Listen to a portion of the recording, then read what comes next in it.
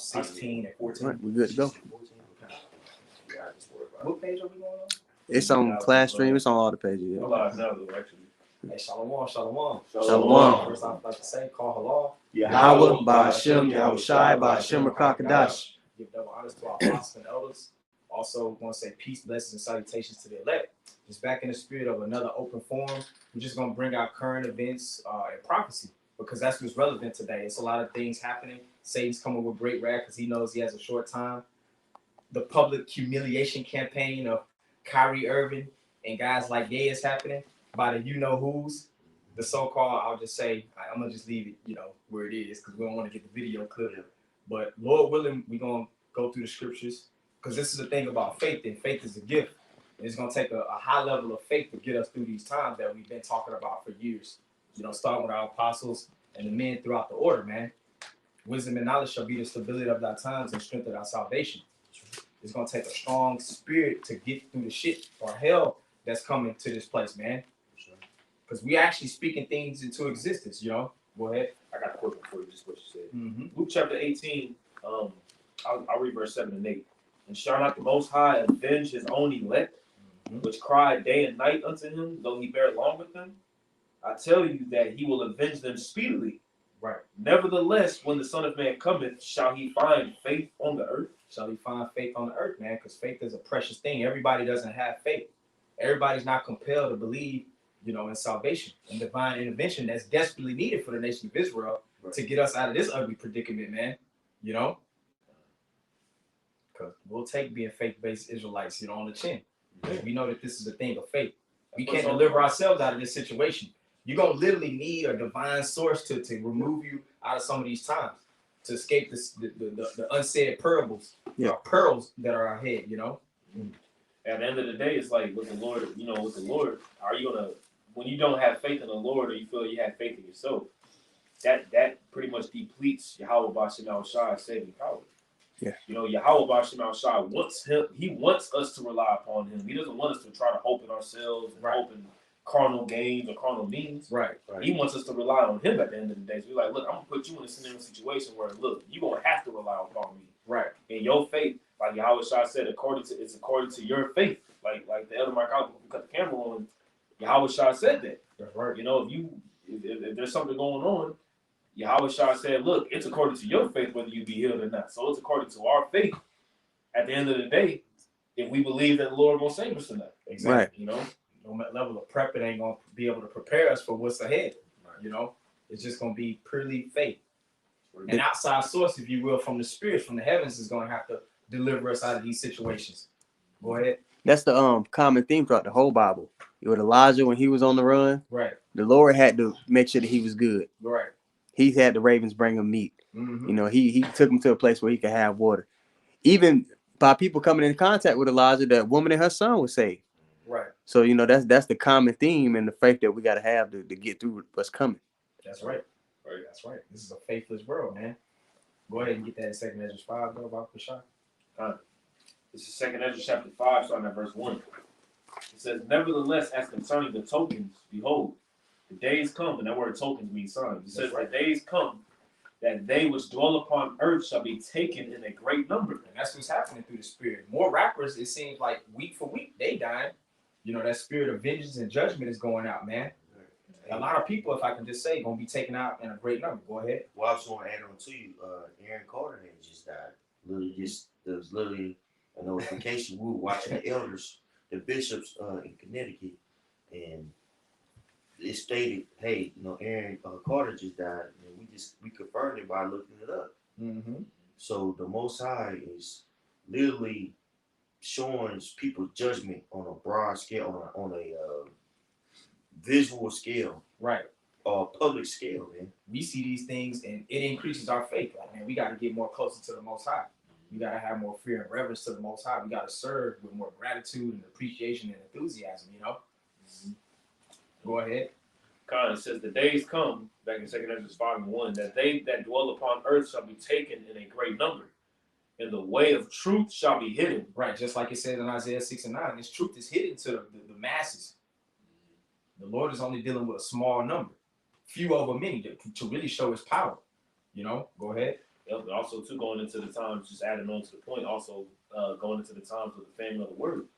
You know, because you know, when a lot of people start dying in mass numbers, you know, when judgments really begin to be poured out more and intensified, you know, people are going to be asking questions. They're going to try to be figuring out, well, where's those men that were on the streets, you know, talking about, you know, martial law, talking about how pretty much the lights was going to shut out in America, talking about those food shortages, talking about a lot of death getting ready to come. Where are those guys at? We need to ask them questions. Yeah. We need to figure out what to do.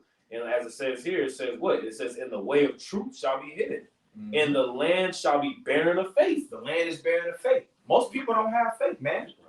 A lot of people are atheists now, or agnostic, you know, everything but being people of faith and value.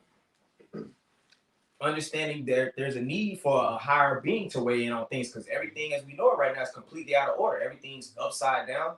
This world is completely wicked. Do as thou wilt. That type of spirit is prevalent in the earth, not faith. But we're gonna come to a time where it says in what 2 Ezra 6, I believe, it talks about faith flourishing. Yeah, You know, if somebody want to hold that for later. Mm-hmm. But go ahead and continue, priest. You know what I'm saying? Unless Yeah. I know you do. This 2 Thessalonians 3:2, in that we may be delivered from unreasonable and wicked men, for all men have not faith. All right, because you know we live in such a society that their hope is being diminished every day. You know, they're because they have their faith in this world, and they see that it is coming to naught. Right, they're about to really become very unreasonable, and as Scripture says in 2 Ezra 16. You know how it's going to be a great insurrection upon those that fear the Lord, because they're after something that we got. They want what we got. Blessing. But God, so we need deliverance from these people because they're about to come down with full force, man. That's right. What the line in his saying is being drawn. You know, basically, everybody's gonna have to stand on what they believe. You know, if you believe on the Heavenly Father, then guess what? Like you just brought out, there's gonna be an insurrection. You know what I'm saying? There's a spiritual war that's really just begun with us being addressed on a national scale. Okay, and so this ball, you know, or the momentum of this movement is not going to slow down. You know, to you know, the media is going to get more and more intense on the propaganda against us. There's going to be actual, you know, people witnessing against us. People, of course, vote got wrong, but you have people that's, you know, as it intensified within camps, you know, and not necessarily GMS, but this in various camps is going to give up. You know, people whose foundation out of Yahweh Shah, they're going to give up. You know, and they're going to tell. This is why faith is going to be so important in that time, to depend on that faith, which really goes back to that foundation being Yahweh Shah. Okay, if I may, I'm gonna can I grab a scripture? Absolutely. Just because I don't want to be talking, you know. Mm-hmm. This is James 1, and I'll start this. I'm gonna get straight to the 6. But actually 5. If any of you lack wisdom, let him ask of the Most High, that giveth to all men liberally, and upbraideth not, and it shall be given him. But let him ask in faith, not wavering. For he that wavereth is like a wave of the sea driven with the wind and tossed. Let not that man think that he shall receive anything of Yahweh. A double-minded man is unstable in all his ways. So you having that relationship with Yahweh by Shemi Shah is important. As you're going through these trials and tribulations, now it's a beautiful time to build that relationship.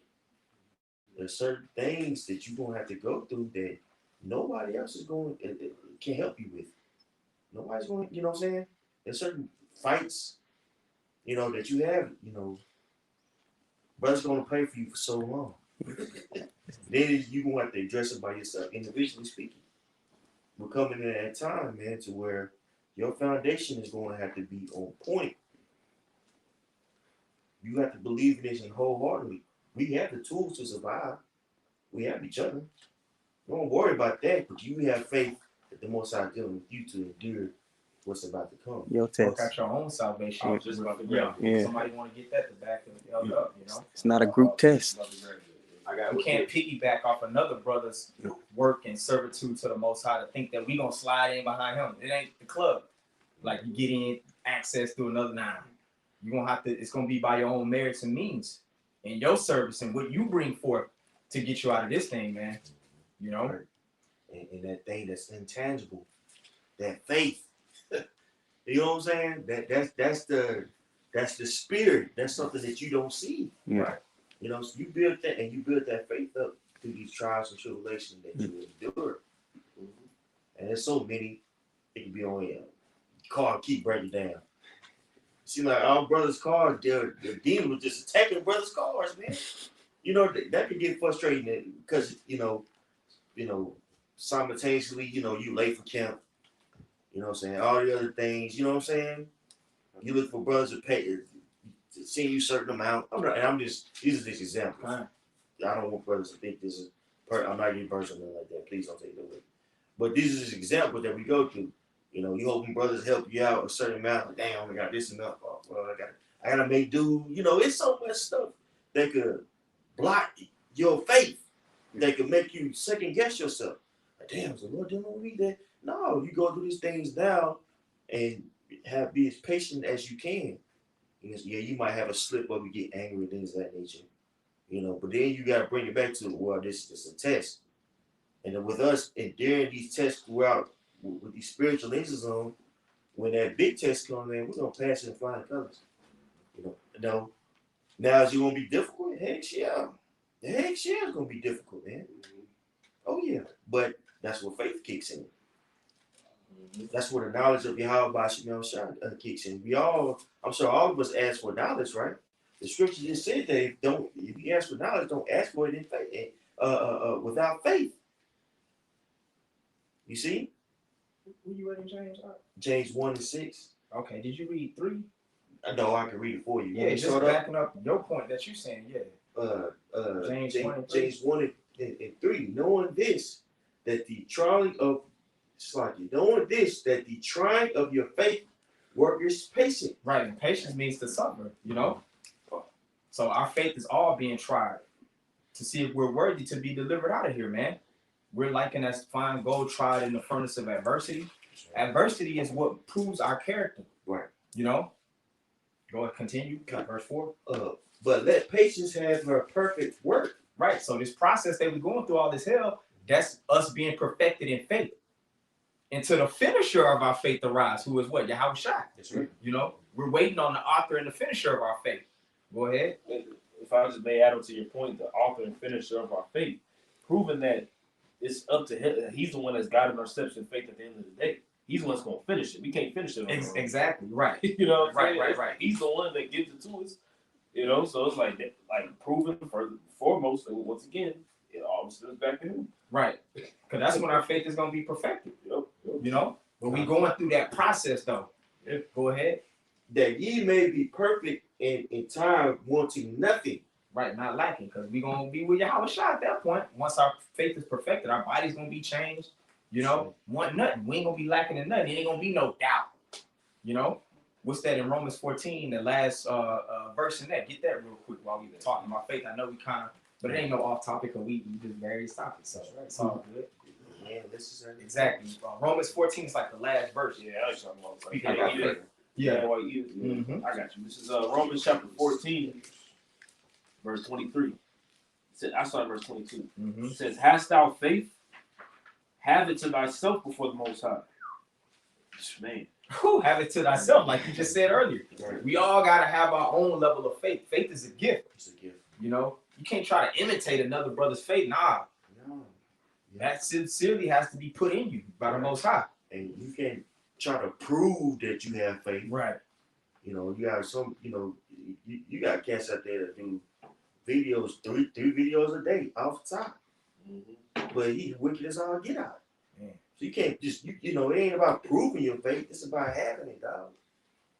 You know, and that's the intangible. That's something that's hard to grasp if you have your carnal lenses on. Right. If you're looking at things, you know what I'm saying, on this level, the flesh. It's hard to quantify it, so to speak. You know. Yeah, like we say, walking in the like if we say something like the law ain't done with this being a spirit. Well, that embodies a lot. It still means it still takes following the law to the best of your ability. You know, but just understand that the law can't save you. But what does that mean, though? You know what I mean? Like, you follow the law in the spirit. What does that actually mean?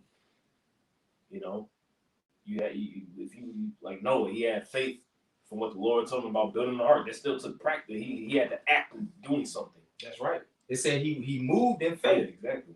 When you're reading that, is that in Hebrews 11 or is that the one? It says says he was faith is the substance of things. Well, now where it says he moved, because he was talking about It's faith Hebrews 11, attached to yeah. action. It says if somebody can get that real quick. Which like I mean this. It's where it says he moved, Okay. having the fear of the Most High, he moved in faith or something like that. We can finish this, and if you find it, you can come back. When you Oh, we're talking about Noah specifically, right? Yes. Noah. Okay, Noah, yeah, I got it right here. Yeah, this is Hebrews 11 and verse 7. It says, "By faith, Noah, being warned of the Most High, of things not seen as yet, moved with fear." So it didn't just say he just had faith and he just. Now it says he moved with fear, meaning action. Yep. He was called to action. Right. Once he was warned by the Heavenly Father. Go ahead. It says, he moved with fear, prepared an ark to the saving of his house. All action. Moved in fear, preparing. That's the same thing that we're going through right now. We've been warned. Now we moving with fear, preparing to hopefully be delivered. Yes. You know, we preparing for all of this evil and this destruction to come. Yep. Just like during the days of Noah, you know. So I just want to get that. Faith and fear. Because you made us, it was action. That's what you were saying. And faith. Faith is a call to action. It says he moved and prepared. Yep. You know? That's right. Yep. Fear of what the Most High will do. You know, if you don't act. We don't stop. Right. That's right. That's We all come to that point to where we're faced with ourselves. Do you have faith whether or not you can rise to the cause? That's all it is, man. Being in the spirit. You're going to be faced with yourself. You're going to have to face yourself. Even people watching the videos, man, you're going to have to make a call. Yeah, you're going to have to make a play. Make a choice before the makes time make a move for you. It's time to make a move, man. Act now. That's right. Redeem now. The time is now. Seek the Creator in the days that are you. While what? The evil days come not. We're close to the evil days. Like, we're not going to keep on saying that America going to get judged. Understand what times that you're living in, man. That's why it says in Ephesians 5:15. See then that you walk circumspectly, not as fools, redeeming the time, because the days are evil. We're in evil times, man. People have really, and this is a sign of a slave. No offense, because we're all slaves. We tend to have short-term memory about, in particular, about the supply chain and things of that nature. Think about the disruption that happened. It's a mere 2 years ago. That's still going to affect what's going on now. It didn't just get massively fixed. The inflation is not getting fixed. Right. Right? This sporadic weather is not getting any better. It's coming to a head. Right. Things are diminishing. The quality of life, everything's diminishing in this place, man. Well, faith should be increasing and seeing such, you know, for the men of the Lord who know what time it is. Knowing that the Lord going to provide for you. That's right. That's right. You know, that's the difference between the men of the Lord and the rest. Is that these people are gonna think and try to rely upon carnal means and rely upon the world, rely upon their carnal flesh in the sense of trying to save them. But Yahweh Shem Shai has it, whereas even when the men of the Lord are going to be in the midst of all hell breaking loose, the Lord is going to be protecting us. That's right. We're going to be on that number. We ain't going to have to worry about eating or drinking or shutting on. The Lord going to have it, whereas his men are going to be good. That's right. But do you believe that? Do you believe that the Lord going to protect you in that time? Right. In the face of all adversity. You know, that's a relationship that you got to have with you and Yahweh Shem Shai. Nobody else can have a relationship for you. Well said. May I land back? The Lord he proves it to you.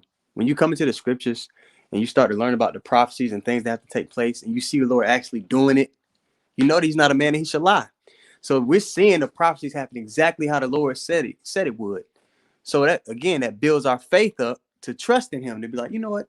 The Lord is doing everything he said he would do. Why am I tripping? Exactly. Why would I trip when the Lord doing everything he said he was going to do, and he doing exactly how he said he was going to do it? He faithful. Why can't I? Right. Yeah, you know, That's right. Scripture. Especially when things come, you know what I'm saying, that could, you know, shake your faith up or test your faith. Case in point, look what happened 2 years ago with the whole jab situation. You see those people, faith were tested. And I'm talking about Israelites. Oh yeah, And we see publicly Israelites fold, man. man. And How so, much more so? I'm sorry, go ahead. my bad. No, you go ahead. I was just gonna add to it and say, you said we've seen Israelites fold, and we've seen Israelites tell other Israelites to fold. You know what I mean? Right. Encourage them to take the goddamn. But nobody Juice, can man. do that if you had your own personal relationship with the Most High through His Son Yahweh Shem Yahushua. That's right. Like we've been going into. Nobody can gas you to do anything, man, and crash you out. Crash you out. You know, that's what we've been talking about. You have to have your own personal relationship with the Most High and establish your own faith to know what to do and what not to do in these times, man. You know? Go ahead. This Galatians 6 and verse 4, right? I'm gonna get in the NLT. It says, "Pay careful attention to your own work," all right? And you know, what's that? First Thessalonians. You know, the first chapter it says that faith is a work. You know, it says, "Pay careful attention to your own work, for then you will get the satisfaction of a job well done, and you won't need to compare yourself to anyone else. That's heavy, bro. For we are responsible for our own conduct." Mm-hmm. You know, so this is all about self accountability. Yes, we have a brotherhood. You know, but at the end of the day, the Lord, 2 Corinthians 5th chapter, you're gonna have to give an account for what you've done in your body, That's right. not what that brother's done. You know, now the Lord has given us, you know, all things pertaining to life and godliness. You know, to help build us and edify the church. You know, but at the end of the day, we won't have to go to that straight gate by ourselves, man. That's right. That's right. That's why Scripture says, "Take heed how every man build," like how he built work with the foundation that he builds upon. You have to take heed how you build at the end of the day. You know, we don't, you know, not trying to have no schisms within the body, within the ministry.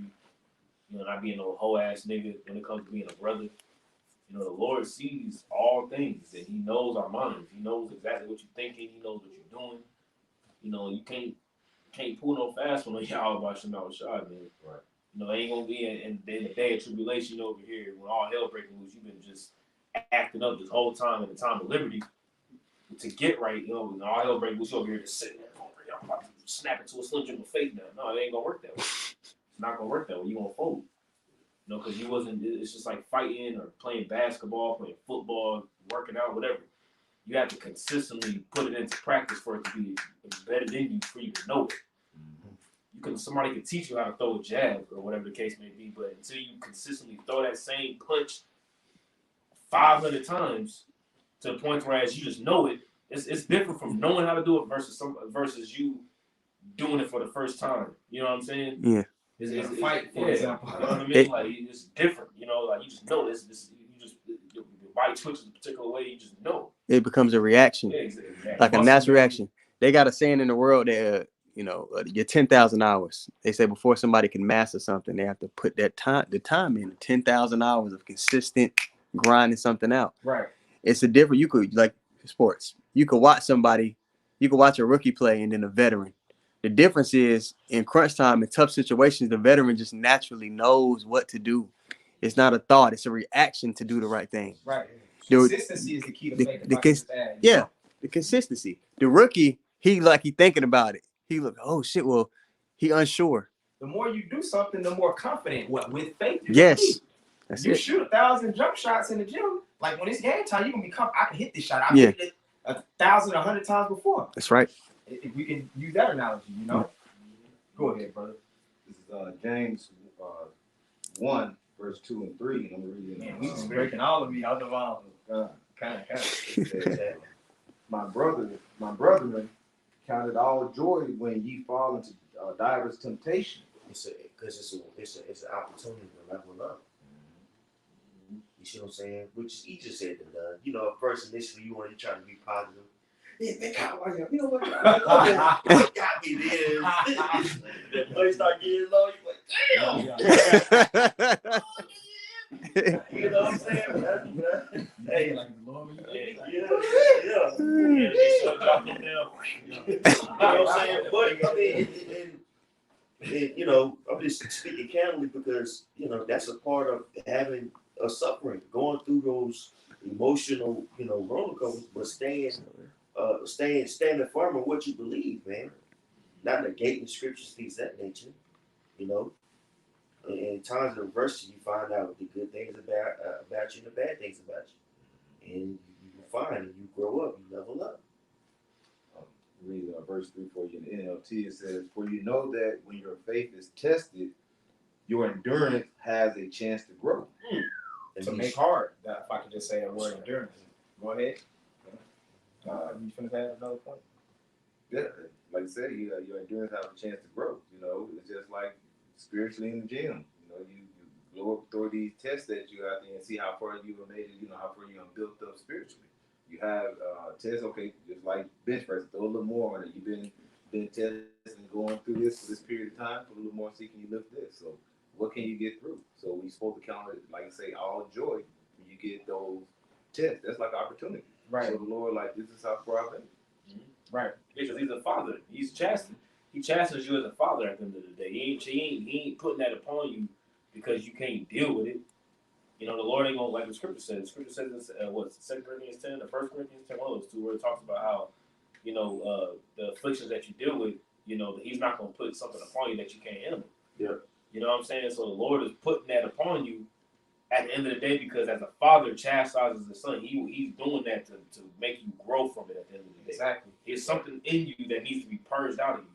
So he'll put the hell on you to pretty much burn it out of you at the end of the day. Growth requires resistance. I know this brother trains a lot, so you can tell you firsthand. In order to get those gains, like the weightlifting brothers say, you need resistance. That's right. You know.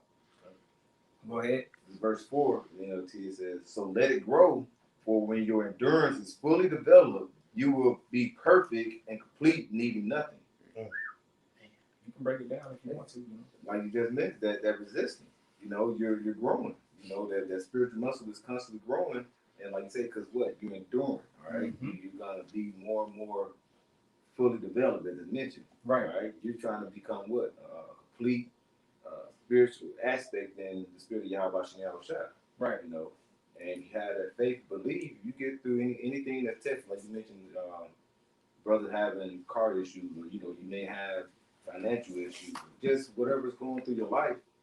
The Lord is going to test and see, well, how are you going to deal with this? Are you going to just drop everything and say, Lord, damn? One of the biggest ones, if I can say, when that woman leave, man. Right. I know that for me personally, that's a big test, man. Mm-hmm. Big test. If you're in this truth, man, you know that really can put Satan in your ear a lot. Like, man, the Lord really dealing with me. Like, why am I feeling like this, that, and the third? Yep. But if you overcome that, it levels your faith up. You know, Right. once you get to the other side, you know. Yeah. Any issues you go through, you can go into the scriptures and maybe, like I say, go to a scripture that's basically to see how to endure, how to get through that situation. That's right. I got one. Go ahead, brother. This is Second Spirit Timothy. is rolling, so I like how it's going, man. 2 Timothy chapter 1 verse verse 7. For the Most High hath not given us the spirit of fear, but of power and of love and of a sound mind. If I could say, when you look up that word fear, it goes into the definition of cowardness. If I'm saying that correctly, basically like you're unsure of yourself, man. And being unsure of yourself, that produces a lot of demons on Jake in general, man. In the world, man. You know what I'm saying? Now, much more so when you're dealing with something spiritual like this here. What the scripture say, him that is evil unto, that envious of himself, who can he be good to? Do it You see what evil I'm to saying? himself, yeah. So you got to have a level of self-confidence in this truth, man. That, no, I got this. Yeah, I know I'm a sinner. Yeah, this is that. I got that going. But no. The Most High chose me, man. You know what I'm saying? Yeah, I have the tools to pass any test. Right. Not being unsure of yourself, something happens, you flop, you injured, you mad, you turn to critical hope. And then what? You know what I'm saying? So you have to believe in yourself that you have the tools to pass these tests. And it starts now. That's why in Hebrews it says, "He that draweth, the soul that draws back, my soul shall not pretty much desire him. Have no pleasure in him. Yeah, have no pleasure in him." You know, when you get that word "draw back," it's the same word for fear. It goes into pretty much cowering out due to timidity. Mm. You know, being like timid or not being brave. You know, not going into a scenario. When you go into being double-minded, for lack of a better word. Let's approach the throne of grace. What's that scripture? Hebrews chapter 4 verse. I know it's 16. Yeah, that's just backing up your point, please. You know, Yeah, like you gotta approach the throne of grace boldly. that's right. And that boldness isn't you thinking that you got it. Right. You know what I'm saying? That boldness, approaching the throne of grace boldly, is having that confidence in Yahweh Hashem Shai at the end of the day. Like, man, look, through him, I got this. That's right. King David with Goliath. Yeah. The Lord taught his hands to war. He knew through the power of Yahweh Hashem Shai, he was going to defeat Goliath. So there you go. It's talking about that in James. You ask for wisdom, you know what I'm saying? Don't be double-minded. Understand the Most High has you. That's right. That's right. You know what I'm saying? There's a lot of battles that Jake wins that people don't see because they got that, that confidence in themselves, man. You know, you talk to somebody like, yeah, man, a couple years ago, this was going on. Like, damn, what happened to you? Didn't know. Had no clue. Because they had that faith for themselves, man. They just dealt with it. Just dealt with it. That's right. And if I can also add, man, really, you can really boil, lack of faith down to idolatry. The reason why Sirach, the 10th chapter and 12th verse, it says, for the beginning of pride, is when one's heart, turned away from his maker.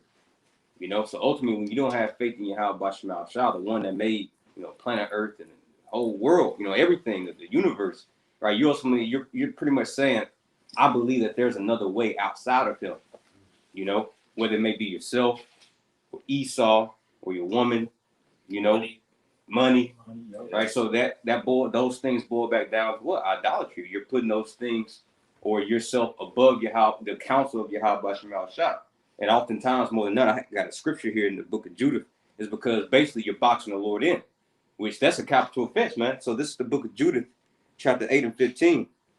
All right, and during this time, we were besieged, by the Assyrians, and pretty much our water dried up. A lot of our little ones and our wives, and the elderly, they were fainting for thirst.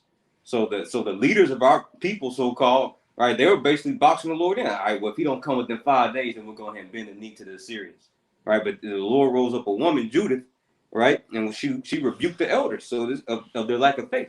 Judith 8 and 15. For if this is her speaking.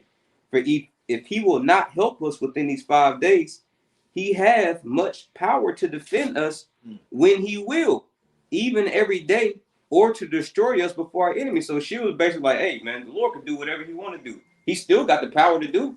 He still got the power to save us. Verse 16, do not bind the counsels of the Lord our power. Pretty much boxing him in. Right? Hey, if I could land back off of you, Malak. And now what do you see going on? You have these camp, asking these questions. Well, what if, Esau ties me down and give me the hip? How do you know? How do you know you're gonna be fine? You talk like, you're gonna be fine. They're trying to push their lack of faith on you. Yeah. That lack of faith in you, that's what I'm saying. And that moving the whole congregation in a way that shows, a lack of faith, which ultimately shows rebellion. Like like King Saul. Witchcraft. You know what I'm saying? When he said, "Oh, the Most High told him to kill all the cattle," he said, "No, I'm gonna basically do hold some back, let this guy Agag go, right, and sacrifice some and do it my way." You know what I'm saying? Which led to really Haman, and that and the Macedonians. Yeah, they came down that line. Came in that line because he wasn't being obedient, man. That's why Samuel had to do it, you know. Right. All these technicalities that the other camps use as a way to rationalize them getting 501c3s. That rebellious spirit is going to lead to their destruction. Mm-hmm. And now it's coming into fruition, man. Now it's coming to the point to where, the Israelites are going to be addressing how you're moving that rebellious spirit, that lack of faith spirit. You know what I'm saying? It's going to cause what? It's going to cause your downfall, bro. You had more on that? Kind. There's some more. Judith 8:16. Do not bind the counsels of the Lord our power. Right? For the Most High is not as man, right? Because his thoughts are not our thoughts. That he may be threatened, neither is he as the Son of Man, that he should be wavering. Therefore, let us wait for salvation of him and call upon him to help us. Yeah, And it's like I'm sorry. It's just the Lord ain't in the heavens over here trying to figure out. He's over here like up in the heavens stressing out, like looking down on the earth, seeing like, oh, man, like, damn, what I need to do? Do I need to do? Like the Lord ain't doing that. Man, the Lord Yahweh Bashim Shah got the game on lock. Like the game was on lock. Right. Like, from the foundation of the earth to the end, the game was already on lock. You know what I'm saying? Like the Lord ain't about to sit here in the heavens stressing out. The Lord ain't stressing out. Right. You know what I'm saying? Got the stress ball. Yeah, he's over here in the heavens over here like stressing out, trying to figure out, man. Right. Esau down there going in right now. Man. You know what I'm saying? That's not what the Lord ain't doing that, man. Just, it make you think about that with that verse that you just read. Like, you got it. That's why. It says, therefore, let us wait for salvation of him. And at the end of the day, that's all we can do, man. Like what Yahweh Shah said, which of you, can take thought, add a measure or cubit, to yourself, man. Yeah, to your height. Yeah, to your height. Zechariah 9th chapter, we're prisoners of hope, man. That's all we can really do at the end of the day. So, us trying to bind the counsels or box the Lord in, he got to work like this. This is how I envision me going through Jacob's trouble. And now you find yourself in totally complete opposite of the way you thought it was going to be. Now you bugging out. Yeah, now you bugging out. And now you going to compromise. Man, I got something. Are you finished? Yeah, that's it. Okay, this is the book of Wisdom of Solomon, chapter 12, verse 12. It says, for who shall say, what hast thou done? Or who shall withstand thy judgment? Hey, can you get that in GNT? Yeah, come on. Solomon chapter 12, verse 12 in GNT. Come on. 1 second here.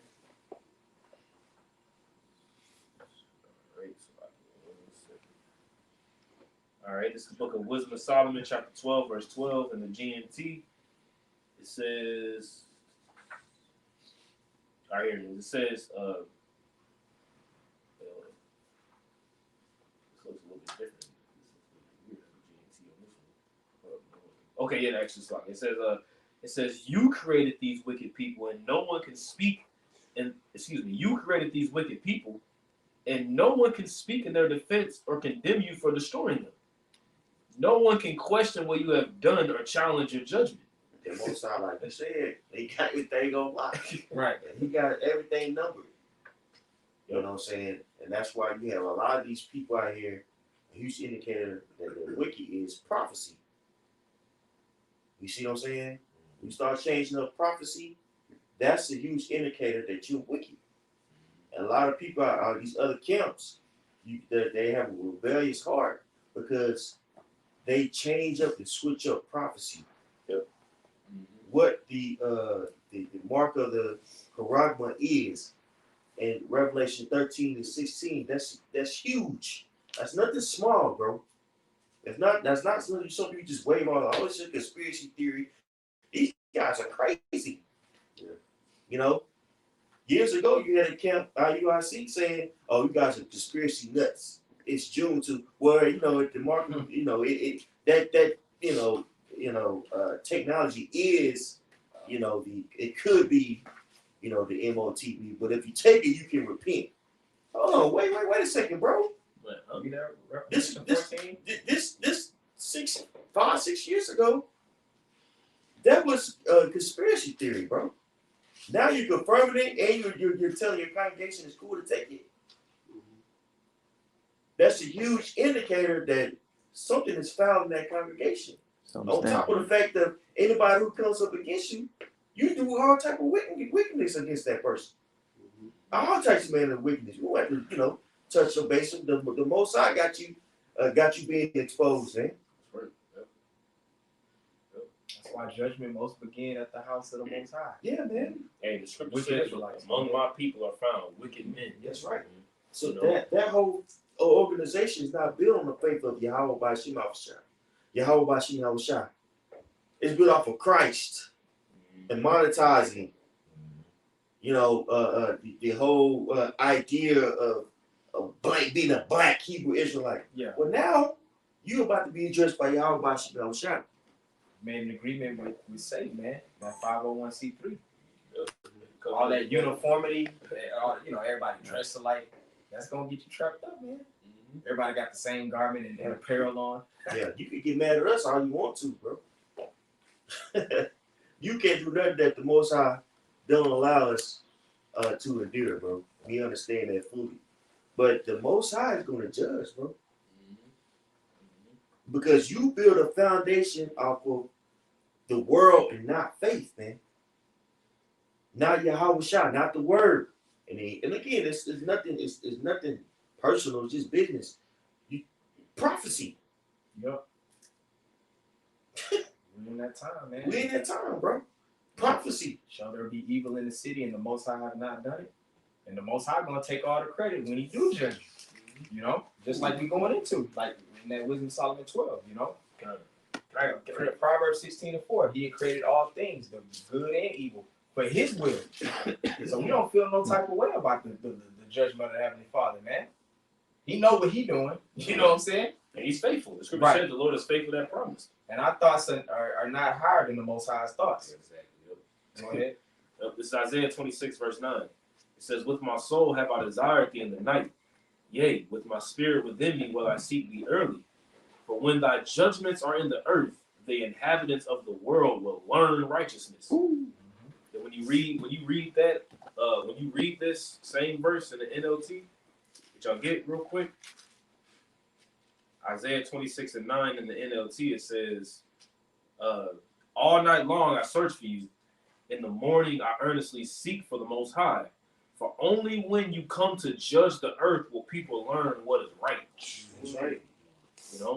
Hey, the brother had seen this funny short video. He had this chart. I think vertically it had the F around and horizontally. Find out. Find out. The more you fuck around, The more you F around, the more you gonna find out. Hey, a lot of you killers, man. And again, this is nothing personal, dude. We're not out here, you, and then you, and then you. You know what I'm saying? We're talking about the doctrine. Right. That's it. The technicalities and stuff like that. Hey, the Most High, you do you. There's a lot of brothers out there preaching. They're doing the right thing. But if you changing up prophecy, that's a huge indicator. That's nothing light, bro. If you're saying, the MOTB is 666 white men. come on, baby. Sleeping with white women. That's a huge indicator, bro. Especially if you know the correct breakdown of that scripture. The name of the Lord. Right. The name. Here it is, you going in teaching the name of the Lord before, then all of a sudden now you just stop. Like, come on, man. And how, so, what kind of defense are the people supposed to have when the scripture says that the name of the Lord is a strong tower? You literally are blatantly opening, you're literally teaching to take away the protection. That's what you're literally doing. You like it tells you Micah the 3rd chapter, you flaying the skin off. Disarming the flock. Yeah. Shout out, precept the back of what you just read, talking about. This is Proverbs 19:25. It says, smite a scorner, and the simple will beware. Right. When you see judgment happen, when you see judgment take place, a lot of times, of course, call for all your how about shit out shot, because at the end of the day, it is judgment. At the end of the day, the Lord allowed it to happen. But a lot of times too, not saying brothers don't do this, because I know I could be better at it. But we got to take heed. lot of times when judgment You're takes supposed to be place. taking heed. That ain't no Yeah. light thing. Even if your enemy get judged, you still should be That's considering a your proverb ways. somewhere too. Yeah, You know? Yeah, 'cause you don't want to get into that spirit of pointing finger at everybody all the time. Busting a bottle. Yeah. Now we do jokingly say that, like we gonna bust a bottle and dance and serve people when we see them get judged. But we can do that. But in doing that, you better but consider your own ways at the same time. Because you better know that judgment will come on you. That's Right. right. She'll come back to you. That's right. And that shit hurt. So beware, man. Even with us, you know, the elders and apostles been talking about, hey, you boys been in here for 5, 6 years. You know what I'm saying? You know, you talking like you been in for 30. Meaning, hey, you tell everybody this and this, that, and that. Hey, Right. hey, be careful. Because Jake don't really learn until judgment happens, till bodies start dropping. Then Jake want to consider things Yeah. when people start dying, sadly. Yeah. You know?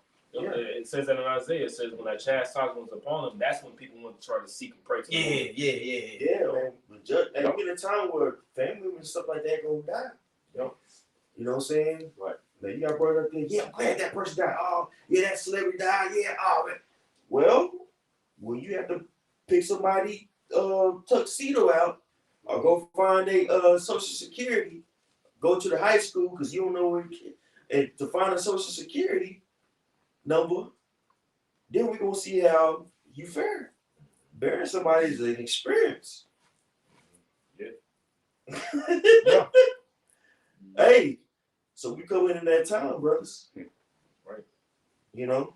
Let me just finish this. Proverbs 19, 20, and 25. Smite a scorner, and the simple will beware, and reprove one that hath understanding, and he will understand knowledge. You know? So lessons come out of judgment, pretty much. Especially if the Most High wants someone of the elect to repent. It might have to be through judgment. To someone be like, man, I need to get right. You know? Right. I need to get right. I need to quit doing whatever I was doing, you know? I don't want to end up like that, you know? I know we all kind of over. The spirit is moving. That's right. I know. Go ahead. Can I get Jeremiah 5? Yep. It's gonna kind of tie in everything to what we're talking about.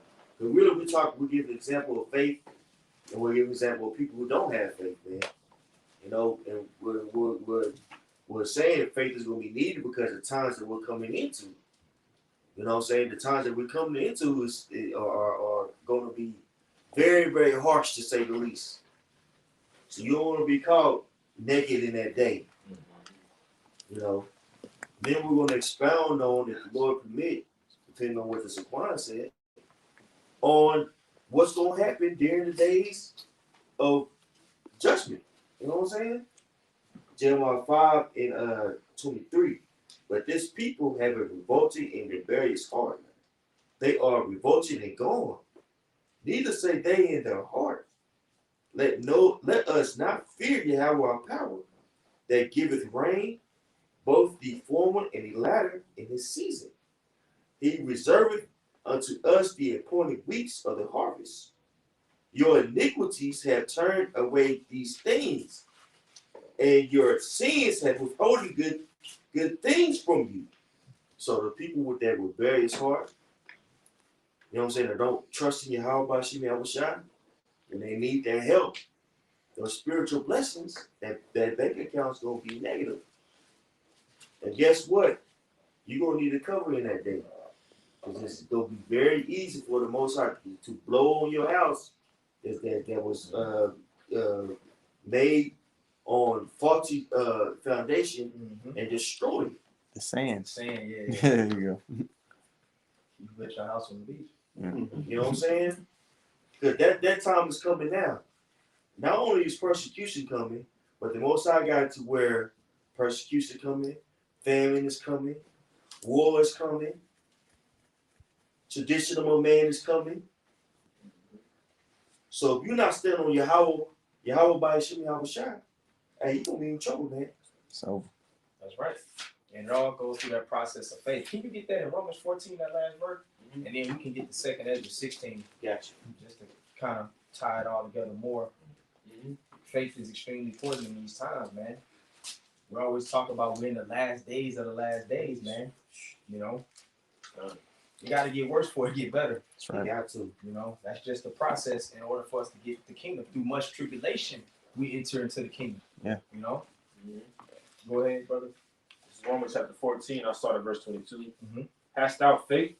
Have it to thyself before the Most High. Happy is he that condemneth not himself in that thing which he alloweth. Mm-hmm. Pretty much the thing that you approve, don't, the scripture tell you, like, the blessed is the man whose conscience hasn't condemned him. Yep. And hasn't fallen from his hope in the Lord. Yep, that's right. Verse 23, and he that doubteth is damned if he eat, because he eateth not of faith. Right. So doubt shouldn't exist when faith is in the equation. There ain't no what ifs like we say sometimes. Right. You should try to do away with that in your vocabulary. If you're a man of faith, go ahead. Right.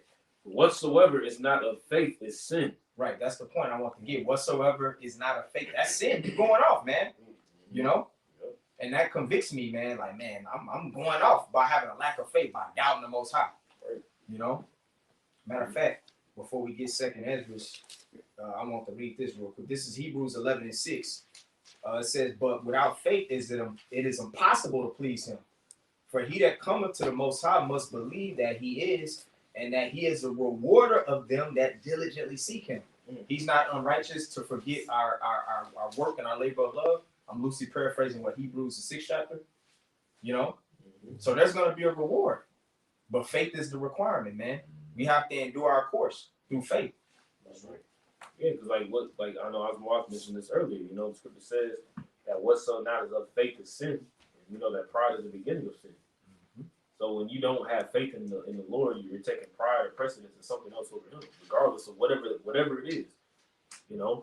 Trying to go some other type of way. That's pride at the end of the day. That's right. He is a reward of them that diligently seek him. Matthew 18. Seek the kingdom and all things shall be added. Like I think you said earlier, my wife, consider the lilies, and they don't worry about how they gonna be nourished, but they're nourished. How much more us? That's right. I got something. Go ahead. Wisdom of Solomon chapter 4. We were talking about the solid foundation earlier too. Wisdom of Solomon chapter 4 verse 4. But the multiplying brood of the ungodly shall not thrive, nor take deep rooting from bastard slips, nor lay any foundation. For though they flourish in branches for a time, yet standing not fast, they shall be shaken with the wind, and through the force of winds they shall be rooted out. And those winds and the force of those winds is talking about the trials and tribulations that's getting ready to come. You're not rooted in Yahweh B'Shem Yahushua. If your roots ain't, if your roots aren't deeply rooted in Yahweh B'Shem Yahushua, when those winds come, like a tornado just take you may see a tree just flying in the sky, whatever the case may be, because its roots either was old or wasn't deeply rooted. Yep. Sometimes you see trees that just, and when those winds come, they just sit there because its roots is deep. So, if you're not deeply rooted in Yahweh B'Shem Yahushua, when those trials and tribulations come, when the flood comes, persecution comes, when all that comes, man, you're gonna be out of there. You're not gonna be stable. Wisdom and knowledge shall be the stability of thy times and strength of thy salvation. The stability, we're trying to have faith as an anchor. An anchor what holds a ship or a vessel, right? We vessels of the Most High. We're anchored by our faith. That's the anchor. Any other precepts before we jump? Hey, one more. I'm sorry. No, we good, bro. Hebrews 6:19. It says, which hope we have. I start verse 18. That by two immutable things, in which it was impossible for the Most High to lie, we might have a strong consolation, who have fled for refuge to lay hold upon the hope set before us. Yeah, immutable means something that cannot be altered. Right. Right. It says, which hope we have as an anchor of the soul, both sure and steadfast, and which entereth into that within the veil, which is man, Yahweh. He's the anchor of our faith. Hebrews 6. Could you read that one more time? Get that one from me. I got you. Hebrews chapter 6, verse 18. I saw verse 18 again. It says that by two immutable things. Yeah, when you read up in that chapter, it speaks about how the Lord couldn't find anything else worthy enough to pretty much make that oath of a covenant that he did with our forefather Abraham. So he put it on his name. You know, so there's gonna be, you know, Lord willing, it be us, but there's gonna be spirits that's gonna be saved based off the covenant's sake, man. Because the Lord is not gonna be a man that he should lie. Let me start verse 17 actually for your point. Okay. It says, wherein the Most High willing more abundantly to show unto the heirs, plural, of promise the immutability of his counsel. Yep. Confirmed it by an oath. Yep. And that oath, you know, it passed on down to the seed of Jacob, man, the Israelites. Which proves that ain't talking about everybody here. Exactly. The Lord ain't changing nothing, man. The Lord is the same thing that the Lord said from the beginning. And Right. He ain't changing, right? That's right. That by two immutable things, Yep. in which go ahead. No, those two immutable things, in case it wasn't said already, is his word and his name. You know, those are things that'll never go away. That's right. That's right. Yep. That by two immutable things, in which it was impossible for the Most High to lie, we might have a strong consolation, and that consolation is comfort. By the two immutable things is the oath that he made, and he backed it with his name, which backing it with his name and his oath is his word. That's right. Which we know his word is Yahushua, which pretty much anchors in Yahushua is the glue. He's the cohesive agent that holds everything together through the Lord's name and his oath. Yahushua binds all that together, right? It says that by two immutable things in which it was impossible for the Most High to lie, we might have a strong consolation, who have fled for refuge and protection. Yeah, that was the part right there, because it made me think about in the law, you know, how you had those places of refuge cities, you know, to where if you accidentally was a manslayer on accident, right, you'll be protected. You know, so he says we fled there, meaning that we had a hit out on us, man. You know, was that Ephesians 2nd chapter, for we were pretty much natural born enemies of the Lord. You know, but he gave us a pavilion, you know, or a tabernacle to flee to for safety, man, and for that comfort. And you could also land back and off the point as well. When you went to the temple, you could lay hold onto the horns of the altar, and you couldn't be judged. And on the altar was where the sacrifice would take place, and we know who did that sacrifice was Yahushua, right? So who have fled for refuge or protection to lay hold upon the hope set before us, which is Yahushua. We lay hold upon him at the end of the day, right? Which hope we have as an anchor of the soul. Like you was going into that anchor. Yep. You know, like when you in a ship, man, you drop that anchor, man, that ship ain't moving. Right. That mug staying there. You know what I'm saying? This is a solid foundation is just sitting there. Right. And when them waves come, the ship's gonna, you know, may move up and down or whatever. That mug is gonna sit there. Yep. You know? It says, which hope we have as an anchor of the soul, both sure and steadfast, right? It says, and which entered into that within the veil, right? Whither the forerunner is for us entered, even Yahushua, right? Made an high priest forever after the order of Melchizedek or Malak Tazadam. See, so ultimately at the end of the day, the faith that we have, the anchor of faith that we have, our position in the stance of us believing, all that comes from Yahushua is the man. Like he was earlier. He's the author and the finisher of Our our faith. He's that anchor, man. It goes back to him. Yeah. That's Man, right. without him, man, we wouldn't be here, man. Yeah. Yeah. We'll be tossed all over the place. You know. Mm-hmm. So man, like even with with Yahushua, with the faith, like he said, damned is he that eateth without he that eateth without faith is damned if he eats. Mm-hmm. You know what I'm saying? Like, bro, like if you walking into Jacob's trouble with a little inkling of no faith, that little inkling of no faith get your ass blasted. Doubt seed. Yeah, I see. You say the seed of doubt? Yeah, I just said doubt seed. I was. Oh, my bad. I think Or seed of doubt. Yeah, it can grow. It says in faith, No, I don't think nobody's in this. faith, the size of the mustard seed, you know what I'm saying, is something that's profound. Loosely paraphrasing. If you ever see mustard seed, it's something that's very, very, very small. But the trees get like Huge. huge. They get huge. You feel me? You know what I'm saying? So just understand, you know what I'm saying, where your power in lies, man. Well, I wanted to get with the Saquon. No, let's go, man. If we come to it, we come to it. No, I mean, I just you quoted. That's cool, but I'll read it for you real quick. Matthew chapter 17, verse 20. Yahweh shouted unto them, because of your unbelief. I started verse 19. Then came the disciples to Yahweh apart and said, why could not we cast them out from a demon? And Yahweh said unto them, because of your unbelief. For verily I say unto you, if ye have faith as a grain of a mustard seed, ye shall say unto this mountain, remove hence to yonder place, and it shall remove, and nothing shall be impossible unto you. Being willing goes a long way. It's one on the comment board too. Once you finish, That was it. You know what I'm saying? Being willing goes. and shout out to the brothers that's posting on the comment board. This is GMS standing firm too. 1 Corinthians 3:13. Every man's work shall be made manifest, for the day shall declare it, because it shall be revealed by fire, and the fire shall try every man's work of what sort it is.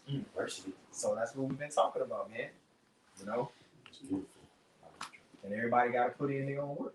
Like that dude told Alonzo on training day, you got to put in your own work around here, man. You know? Any other precepts? And we can just get 2nd Ezra 16 and probably end it out. I got it. Yeah. So this is you want to start at 14 or 17? Yeah, start at 14. It's 2nd Ezra 16 and 14. All right. It reads, "Behold, the plagues are sent, Right.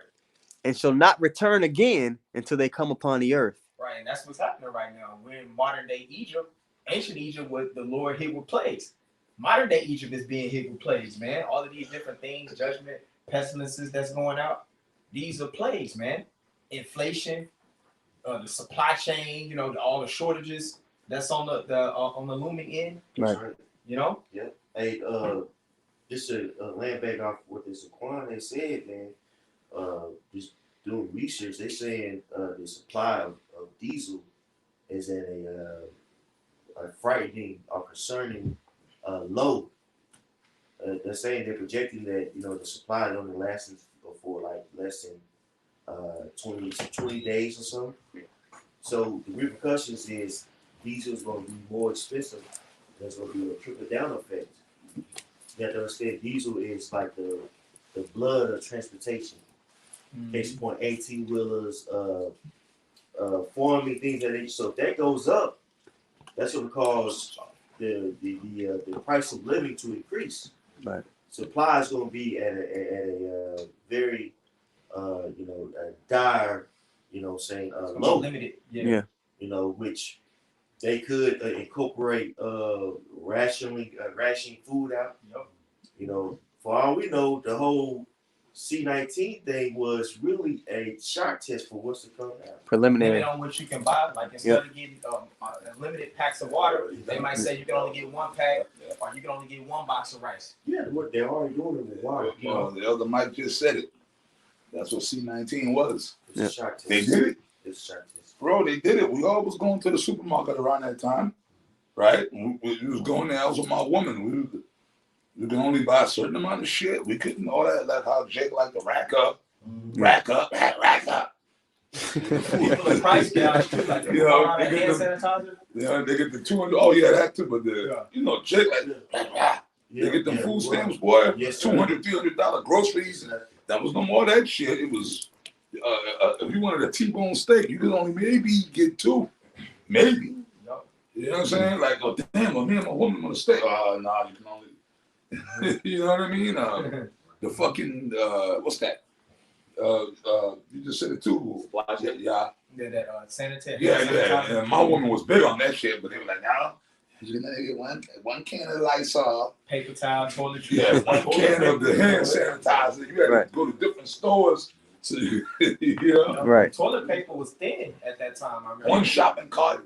Yep. Yeah. We all lived through that shit. Yeah.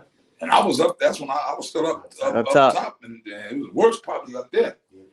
Yeah. You know what I mean? Yeah, man. It was crazy. That's a shadow thing to come. Like the other said, that was a shock. I was loving it though. Yeah.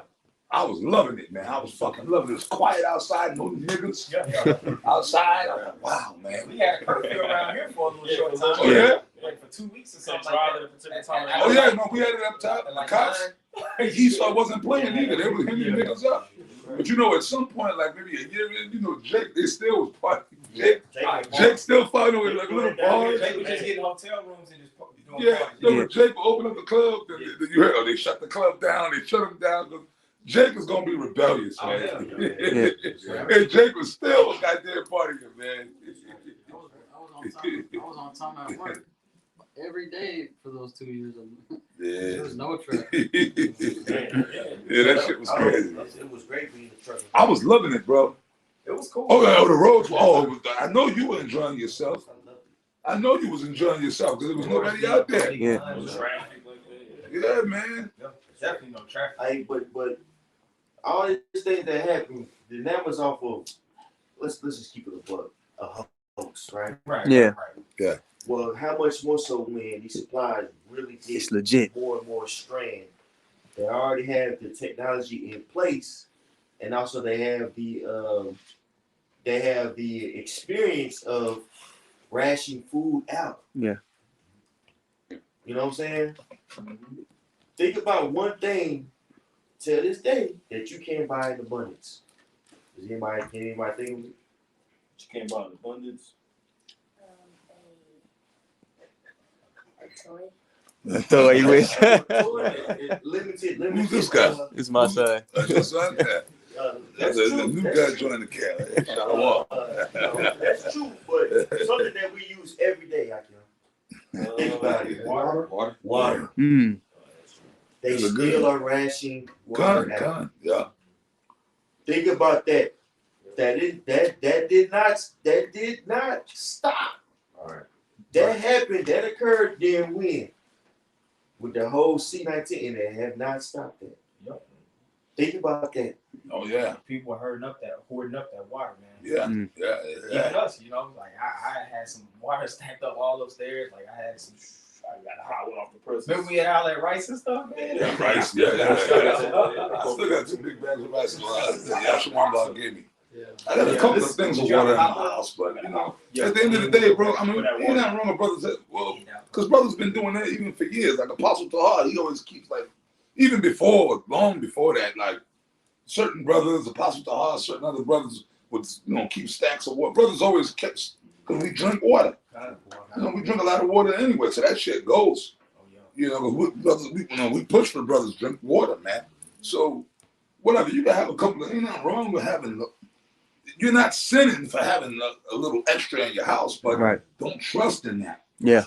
Because like, okay, people don't stockpiling, but what happens if something happens when you got to leave, or Esau chase you out, you got to move, you got to leave all that behind. Yeah. Forsake it. You might only be able to bring like whatever. Like, okay, I got a pickup truck. I can probably throw. I can only get so much in the back of my truck and take off. But then that's gonna. You understand? So you can't. Yo, I got a whole basement, a whole bunker with shit. Yeah. You know, like Esau, like them doomsday preppers. See, that's Esau. They trusting in the carnal shit. The Lord fed Israel in the wilderness. Right. He fed us manna. He fed us what, quails. He fed us, man. The Lord. So faith is about. But I mean, you know, for the moment while we here, ain't nothing wrong. The brothers just want to, you know, you want to have a little extra. You want to make sure. You know, come on, brothers got to know how to extrapolate shit. And Right. put things in proper perspective. That's it. That's the truth. Is really simple. It's not no hard shit like Esau's college algebra and all this other crazy shit. You know what I mean? Right.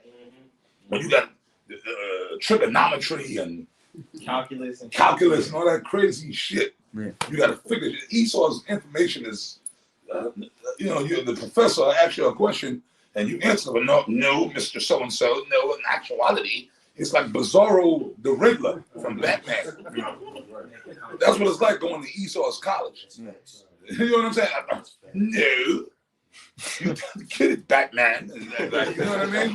Like, it's like a joke. Riddle me this. Yeah, riddle me this. Yeah, that's what it's like. You know what I mean? The Most High's knowledge is plain. That's right. To understand. The people that can't understand it, they just ain't right. That's right. Brothers. I had one about water before you food. Ezekiel 4:16-17. Moreover, he said unto me, Son of man, behold, I will break the staff of bread in Jerusalem, and they shall eat bread by weight and with care, And that word care goes into anxiety, right? Pretty much worry. And they shall drink water by measure. That's right. Ration. Yep. And with astonishment. That's right. And that's Ezekiel. Kind of. So that's there with the Babylonians taking us down. Yeah. Right. What do? They cut off the water supply, supply in general. Right. You know what I'm saying? They cut off everything. Yeah. The supply chain was disrupted. And what did it cause? It caused a famine. And that famine caused what? Then they start beginning to ration food out, which led to what? Sorrow. Cannibalism. And this time, what do you think is going to happen? Same thing. On a more broader scale. The highest level. Genesis 15. You should spoil your neighbors for the lack of bread in the great tribulation. There was a movie. Remember that movie Contagion? I think with Matt Damon. That was a bad movie. Contagion. Yes. With Matt Damon, that movie showed you straight up like when that Contagion broke out. That was the COVID shit basically, and then Matt Damon was there. I think his wife died, so it was him and his daughters and kids, and the people next door were getting robbed. The people that and we said we went to see that in the theaters when it come out. Contagion, like his next door neighbors, some other bandits, people rolled up in the house. You heard the screaming, shooting. Yeah. That's what it's gonna be. On the tape type of spirit, And that movie we watched here, that was like months back around the time I first got here. Over at Ariana's house. Yeah. I thought that was actually a real documentary, but it was a movie. But that happened in New York. Like American Blackout. Yeah, but that actually happened in fucking New York. I was there when it happened. Me and the elders. I was in New York when that last major blackout happened. And shit, people started freaking out. And the lights were off for like maybe a week or a half or so. I was at Elder Gates' house in Brooklyn when the lights went out. Yeah, it was crazy. And so I thought when their brother was showing that movie, I thought that was actual just like real films of what was going. But shit like that was actually happening. That was actually fucking happening. But the lights were only really off for like really only off for a couple of days. But just in that, people were going crazy, or women were scared. Like, yeah, I was there. I witnessed that. Like, we was in the brother's building. The lights went out. The women was Ephraim. Like, they were all scared. So all you gotta do is cut the fucking lights out. Break a woman. All these women with all this pride, like in the gym. I was in the gym earlier. You see them women? They're so proud. Yeah. Let the fucking lights just go out. Just let the lights go out. All that shit will just vanish like ice cream melting. Like on a hot summer day, you get an ice cream cone. As soon as the guy give it to you, I don't know if they got ice cream trucks out here. They do. They got Mr. Softee out there. That's the East Coast thing. But back east, we got Mr. Snow, whatever, ice cream, whatever. On a hot, in the summertime, you get the ice cream. As soon as the guy give it to you, it's already melting as soon as he give it to you. You know what I mean? But like if you don't eat it, you just stood there with the ice cream cone in your hand. It'll melt all down your arm. It'll just melt. You see? That's a woman, ice cream. Yeah, that's a new one. I'm gonna start calling them ice cream cones. Yeah. That's it, man. As soon as some shit pop, these women, man, that's when Isaiah 32:9 is gonna really kick in, man. Yeah, bro. It's gonna be a beautiful sight too. Yes, sir. Nature's taking its course. I think you and the other got the one body. Yeah, we did that video. Yeah, me and the other one body. Course for these women. They're gonna go back to they want to be that feminine role. Everything gonna return to its natural order of things. Exactly. They're starting to feel it. Oh no, already. They starting to feel it. Even now, bro, on YouTube, on my phone, all videos and it's predominantly black women. I'm sorry, black women. They just up there. The black woman is crying the blues right now. That's right. They deserve it. But they deserve it. And I don't feel sorry for them. Right. And then older black women in their 60s still trying to be on. I got no man wants me. What's going on? Like they're desperate. Yeah. But bitch, you old. There's a bitch, she's 60, 61. You old. I mean, I seen it. She still looked pretty good for her age. There was this one black bitch I saw and she did a video. And not for nothing, high yellow looking black woman. She didn't even look her age. I thought maybe she was like maybe in her mid-50s. She said, I'm in my 60s, like her early 60s, right? Whatever, but you fucking stupid bitch. Nobody wants you, even though you might still look halfway decent for your age. Nobody wants you. Jake don't want you no more, man. Furthermore, Jake want young girls. Right. Especially Jake that has resources and options. Yeah. Con. And that's what my man Samuels was saying. There ain't no man. Yo, they're so but thank you. You listen to the white man. Right. You listen to him, you listen to the devil, and the devil was playing you. The white man don't care about the black woman. Right. He don't care. But they really thought he did. But now they're realizing that the serpent lied to him. You know? They're realizing it now. Now they ass hurt.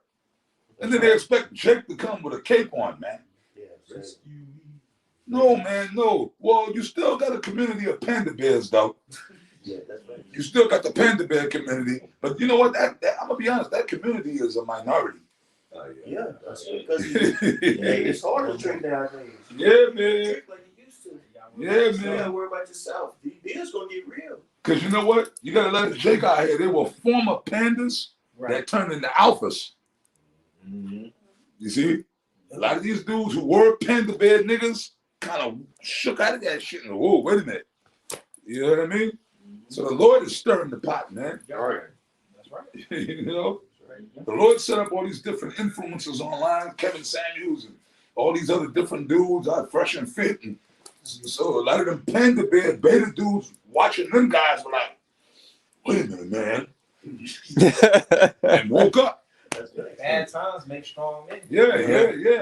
There's a spirit that's out there that's putting everybody in a natural state. And really, it's because life is getting harder. Yeah. Famine. You women out here, they really about to find out what time it is. Especially when the resources get low. Yeah. You can't buy that Milky Way 32. The Cambodian hair. Oh boy. Yeah, you have to be in trouble, man. All that nonsense. All that nonsense. Well, that nonsense in the place. You can worry about feeding yourself, man. Yeah, like Benjamin's Right. Hey, but this is very soon what we're talking about. This is very, very, very soon out there what we're talking about. The supply chain has been destroyed for the last 2 years, man. Think about that. Okay? Eventually it's gonna catch up with everybody, especially the weaker society. For women and kids. Hey, Scripture says the heart of Egypt. It says the heart of Egypt shall melt in the midst of it. You know, so like I always make a point, like, even with the Lord destroying Egypt. You know, that was an economic collapse that the Lord did, man. The water supply and the Nile River turning to blood. They got their water from the Nile, man. They got their food source from the Nile. Their traffic was done in the Nile, man. The Lord destroying their crops to hell. Their cattle dying. The Lord completely disrupted their economics to the point where people literally didn't have, they couldn't access their supply. And who knows how long it lasted for? We just read it. It's just snapshots that the Lord gave us about the destruction of Egypt. Who knows how long the Nile River was set with blood? Who knows how long that happened, man? Hey, they're saying right now the Mississippi River is at a record low. Yeah. I think y'all wrong. He said y'all was wrong. Y'all Yep. And that's the huge way in which they transport goods. Right. Man. The bloodline through the United States, that goes all the way through. And that's how everything is dispersed outside the Mississippi. Yeah. It goes straight through the middle of the US. Put it on a train and then get off a train, put on a AT. Man. So all that's being disrupted. Ukraine is they call Ukraine the breadbasket of the world. Pretty much a large supply of grain comes from Ukraine, and all them ports is being blocked with that whole. The Lord he's a man of war. The man of war he's very strategic. Right. The Lord is strategic. He's a strategic war general that moves and operates like, okay, you know, I'm gonna cut this off. I'm gonna cut this off. I'm gonna cut that off. All right, I'm gonna put ships down here, whereas now exports can't come from there. It's gonna put all the nations in the spirit where they have to fight. Yeah. It's gonna be like we to survive, we gotta fight. And you be hungry, you You gotta do what you gotta do, and that spirit gonna trickle down to the people, to everybody. People gonna be desperate and be willing to do whatever. You're gonna see the demons on people. Hey, that's gonna be perfect because a lot of them gonna sign up for that draft. That's right. Just to eat. Yeah. You saw what we doing, dog. Shoot. And food is drugs is food to these dope fiends too. Right. So when they able to get them fixed, going through them Oh withdrawals, my God. they're gonna be out there being haywire as well. You know, because it's food and drug administration. Drugs is food. And In food the is past 5 years of my life, I see what when you ain't got that, just being with a woman I was with. right. She was on all the medications. When you ain't got that shit, Yeah. like a A zombie. lot of people are on it too. Right. A lot more people. Yeah, too. man. You never know that. Tweaking. They own it. The antidepressants and all. Man, this is the word. I forgot the percentage. I gotta look it up, but I believe it was above 20% of women are on antidepressants. Of course. That's Oh, wild. I dare say 98%. A lot of them have so-called anxiety. A lot of women on Xanax and stuff, or something equivalent to that. Yeah. Anxiety, Depression, depression, birth control, chronic pain. Mm-hmm. Because all these women, somehow they got something wrong with them physically. Oh, I got fibromyalgia. I got this. Every woman. How the fuck you get? Oh, it's genetic. Man, Bullshit. So I get so old. Some of you overweight. Really not, but I'm talking about chicks that's not even fat. Right. You know, I know because like I told you, I've been through this. Like I have chronic pain. My bones, something's wrong with my bones, and so I have to take pain meds. You know, something's always fucking wrong with you. Yep. You know, I've never seen that in my fucking life. Yeah, something's wrong with you, all right. Yeah. You know, then when I'm gonna get off my medication, I don't want to take them pills no more. I'm gonna smoke weed. The weed is better because it's natural. Right. Then you smoke the weed, you get all silly and stupid with demons on. But these women are all fucked up. You know what I mean? That's right. You know what I mean? And you be like, yeah, fucking smoke the weed. I'd rather you smoke, like, you know, I'd rather you smoke the Calm weed, down a little bit. right, than take them pills at least. But then that shit is just as bad. But then when you ain't got the weed, you all fucked up. You know what I mean? Yeah, this is crazy. When all hell breaks loose, people gonna lose their minds, man. They gonna go out their wits. They literally are reliant upon pharmakia On this all system. Yeah. sorcery and witchcraft. So then when all that stops and they ain't able to get their pills, they ain't able to go to McDonald's and get all that madness. Yeah. Popeye, oh, no more Popeyes, man. No more Taco Bueno. Yeah. Hey, the knowledge and wisdom is gonna be the stability of our time. They don't got it. They're not practicing fasting, intermittent fasting. Nothing. People just whatever they feel in the flesh, they're gonna try to appease the flesh in every way. Hungry wild way. Yeah, hungry wild way. Just do it. Obey your thirst. That's Esau's slogan, man. Yeah, there's a slogan like that, right? Yeah, that was Sprite commercial. Yeah, obey your thirst. And Burger King do some of this. You rule. Oh yeah.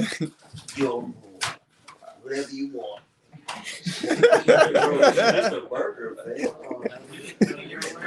Let's read like the last 4 verses. I got you. 17 through 21. 17 through 21. Any other precepts, and then we'll close it out. All right. 2nd Ezra 16 and 17. All right. It reads, woe is me, who would deliver me in those days? And that's the spirit you got to be in, man. Right. Like, who would deliver me in these days that we're coming into? You know? Go ahead. The beginning of sorrows and great mournings, the beginning of famine and great death. Yeah, all these things is setting up a famine like the elder went into, the trucks and the diesel shortages, Go ahead. The beginning of wars, and the power shall stand in fear. The war in Ukraine going on right now, and they actually put boots on the ground. Whether they training the soldiers over there, hey, it's boots over there on the ground. Right. That's the implication of war. Go ahead. The beginning of evils. What shall I do when these evils shall That's come? the mindset we all need. What shall I do when these evils come? Right now, we're in that preparation mode of increasing, building your faith. Yeah. So that we can be rooted, so we can have that anchor. Go ahead. Behold, famine and plague, tribulation and anguish are sent as scourges for amendment. Right, to correct things. All of these things is happening because the earth is off course. The Lord is going to stir up these things to put everything back on course. Go ahead. But for all these things, they shall not turn from their wickedness, nor be always mindful of the scourges. 2/3 these other nations, man, people gonna go harder and harder in their wickedness, man. You know, they've been given liberty to do whatever you want here. You know, the weirdos, they gonna continue on. People gonna cling to their foundation. Right. Some people's foundation, that's what happens when you get put in a hard situation. You grasp on even tighter to what you know. Right. They know wickedness, and we're gonna be grasping on the righteousness. So that divide is gonna become clearer and clearer as things get harder. It makes sense because people are sowing everything to the flesh, not the spirit. Right. That's comfortable to them. Hey, what you think is gonna happen to all these motherfucking transgender motherfuckers? Ooh, wing! I can't wait.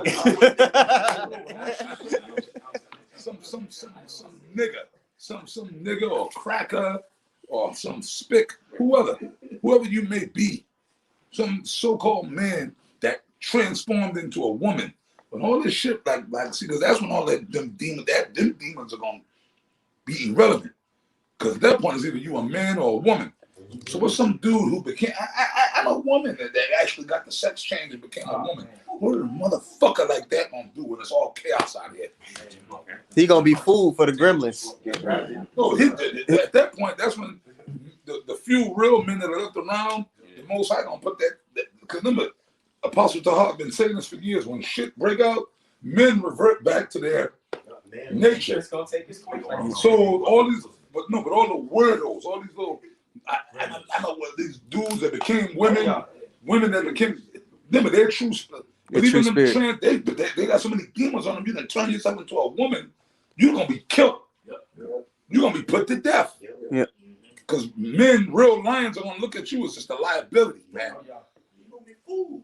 They're gonna say, you know what? They're gonna take whatever resources you have. You motherfucking faggot. No, the motherfucker, they got so many. I'll be a woman, motherfucker. You a fucking faggot. Right. But I'll take your shit though. Because they got resources for you to turn yourself into a woman. I mean, you got whatever resources they got. Yeah, they got something. You, whatever, they gonna take it. People gonna get robbed. Man. Yeah, they're gonna get robbed, You're man. gonna get robbed. Hey, it's either me or you, and you fool to me. Yeah, you're gonna be fooled. Because if you turn into a woman, they're gonna see a woman. There's gonna be all kind of crazy shit going on. Oh my God. And already a lot of them dudes from jail have been being released. Before I left the East Coast, another thing, when I was still up in Connecticut, when I was still living out there in that hood-ass neighborhood, you were seeing niggas out there walking, begging for money, like jailhouse niggas. I had a few of them come up to me, they go, man, brother, giving me their story. Yo, brother, I just got out. You know, that's why I knew I had to get the fuck out of that neighborhood, right where I was at. I kept trying to tell that dumb brother, I was gonna have to either you were gonna get me or I was gonna get you. I wasn't gonna be food. I ain't food. I'm a wolf. Yeah. You know what I mean? I'm a motherfucking wolf. I'm the type of motherfucker that prey on other people. You know, I'm not food, nigga. I refuse to be food unless you just really that bad. You got it like that, but it's gonna be a battle still. Right. You know what I mean? Ball, so to speak, out here. Nah, bro. I'm not the type of food to be food. Not to be rude. You know what I mean? For real. You know what I mean? And when shit pop up out here, every man in this room, we're alpha males, man. We ain't no fuck this truth. All ain't nothing but alpha males in the truth. Ain't no beta males, but it better not be. But the beta males, man, I'm gonna seek you out. They'll be sifted. The spirit gonna rise to the forefront in the times we come, so we'll be able to identify that easily. Well, tell these men, what do we teach y'all to be in here? When y'all first came around us, what did we teach y'all to be? Yeah. Yeah, you're right, but give me the word. Alpha males. Right? Did we not? What did you learn from us up top? The Bible is a book of masculinity. Come on. Shoot thyself, man. Right? That we pushed that vibration out. Yep. And y'all took it and absorbed it and ran with it. Oh, yeah. You know what I mean? So you know, and so you brothers got men of your own, so what you push for these men to be an alpha male. Okay? No beta males allowed. Beta males, get the fuck away. Get the fuck on, man. You know what I'm saying? Like, yeah, you know what I mean? Yeah, we had dudes. Yeah, full beta male to get you killed. Yeah. It's a chink in the armor. Let's go, baby. Yeah, man. But go ahead, y'all got it, brother. Go ahead. Just one more verse. All right, for sure. 2nd Ezra 16. I'm gonna read 20 again. All right. It says, "But for all these things shall they not turn from their wickedness, nor be always mindful of the scourges. Behold, victuals shall be so good cheap upon the earth that they shall think themselves to be in good case. Right. And even then shall evils grow upon the earth." So it's gonna get worse and worse, man. Even then, when they think they're in good case, it says, "Even then shall evils grow." That's right now. Yeah. Right now, that's the time we're in, where evils is gonna grow. These prices ain't gonna go back to being like they were. On food, It's not going back. fuel, rent. You know what I'm saying? All of these commodities that we use daily, it's not going back to the old way. It's gonna get worse and worse. Go ahead. It's gonna be the, can I get Daniel 12:1? It's gonna be the very worst time that it's ever been. So like any calamity or catastrophe you could think of in history, documented or undocumented, the Lord says it's gonna be worse than any of that. Right? Daniel 12:1. It says, "And at that time shall Michael's gonna have to stand up. And at that time shall Michael stand up. The great." Who's Michael? See, who's Michael? By a show of hands. See, I ain't asking good, man. You help put your hands down, man. Put your I hand want to get a guy. You You can put your hand down too. You the top guy. Turn the light on back there. I'm one of the newer guys, man. One of the Mesquite brothers. Can't pick you every time. You guys, you top guys, man. I already know y'all gonna put your goddamn hands down. Go ahead, man. Go ahead. Well, Michael's an archangel. But elaborate. I'm a talk to me. I'm gonna get my Kevin Samuels spirit. Talk to me like I'm 5 years old. I don't know. Teach me. You know? All I really know is I know Michael's one of the top angels. He's an archangel. Okay, Con. You want to elaborate on it? Somebody else want to take it? And this is a relay race. What about? Okay, well, yeah, go ahead, brother. Elaborate on it, man. He's Yahweh's top angel. Okay. He does. I'm pretty sure the saving or the. I don't know, man. Like, dude, I don't know what the fuck you talking about. I'm just a dude. I'm okay. Well, yeah, all right, my dude. You know what I mean? All right, go ahead, bro. Yeah, Michael. Go into some history, get scriptures, elaborate. Okay, kind of. Well, for starters, educate, man. Okay, kind of. All right. Well, for starters, Michael, his name means who is like God, right? And as the Lord pronounce says, it in the Hebrew. Michael. Okay. And as Scripture says in Exodus 15:3, the Lord is a man of war, right? So Michael is the Lord's chief angel, for war times, right? Con. Exactly, right? And he's the what? He's the leader of the. Yeah. Like the general. He's like the general. So in rank, he would be where in the heavens. That's right. That's right. Right? Con. Right? Okay. It's like King David had Joab as his general. Yeah. It's kind of like Yahweh and Maya Ka'ala. He's the god of war. Right? Like, see, that's what the Greeks, they got Ares. Their shit. Yeah. That would be Ares. Yeah. And really, Ares is really Maya Ka'ala. Yeah. I believe so. Yeah. Remember the Greeks? The Romans called them Mars, but remember the Greeks and the Romans? Yeah. They set up their own shit. They changed. The Romans just changed, but they took the concept from the Greeks. Yeah. But they just changed the names. The Romans, Mars. And Roman. That's right. Yeah, Zeus. Yeah. Greek. Now, who is Zeus in the Greek? Oh, no, I'm right. sorry.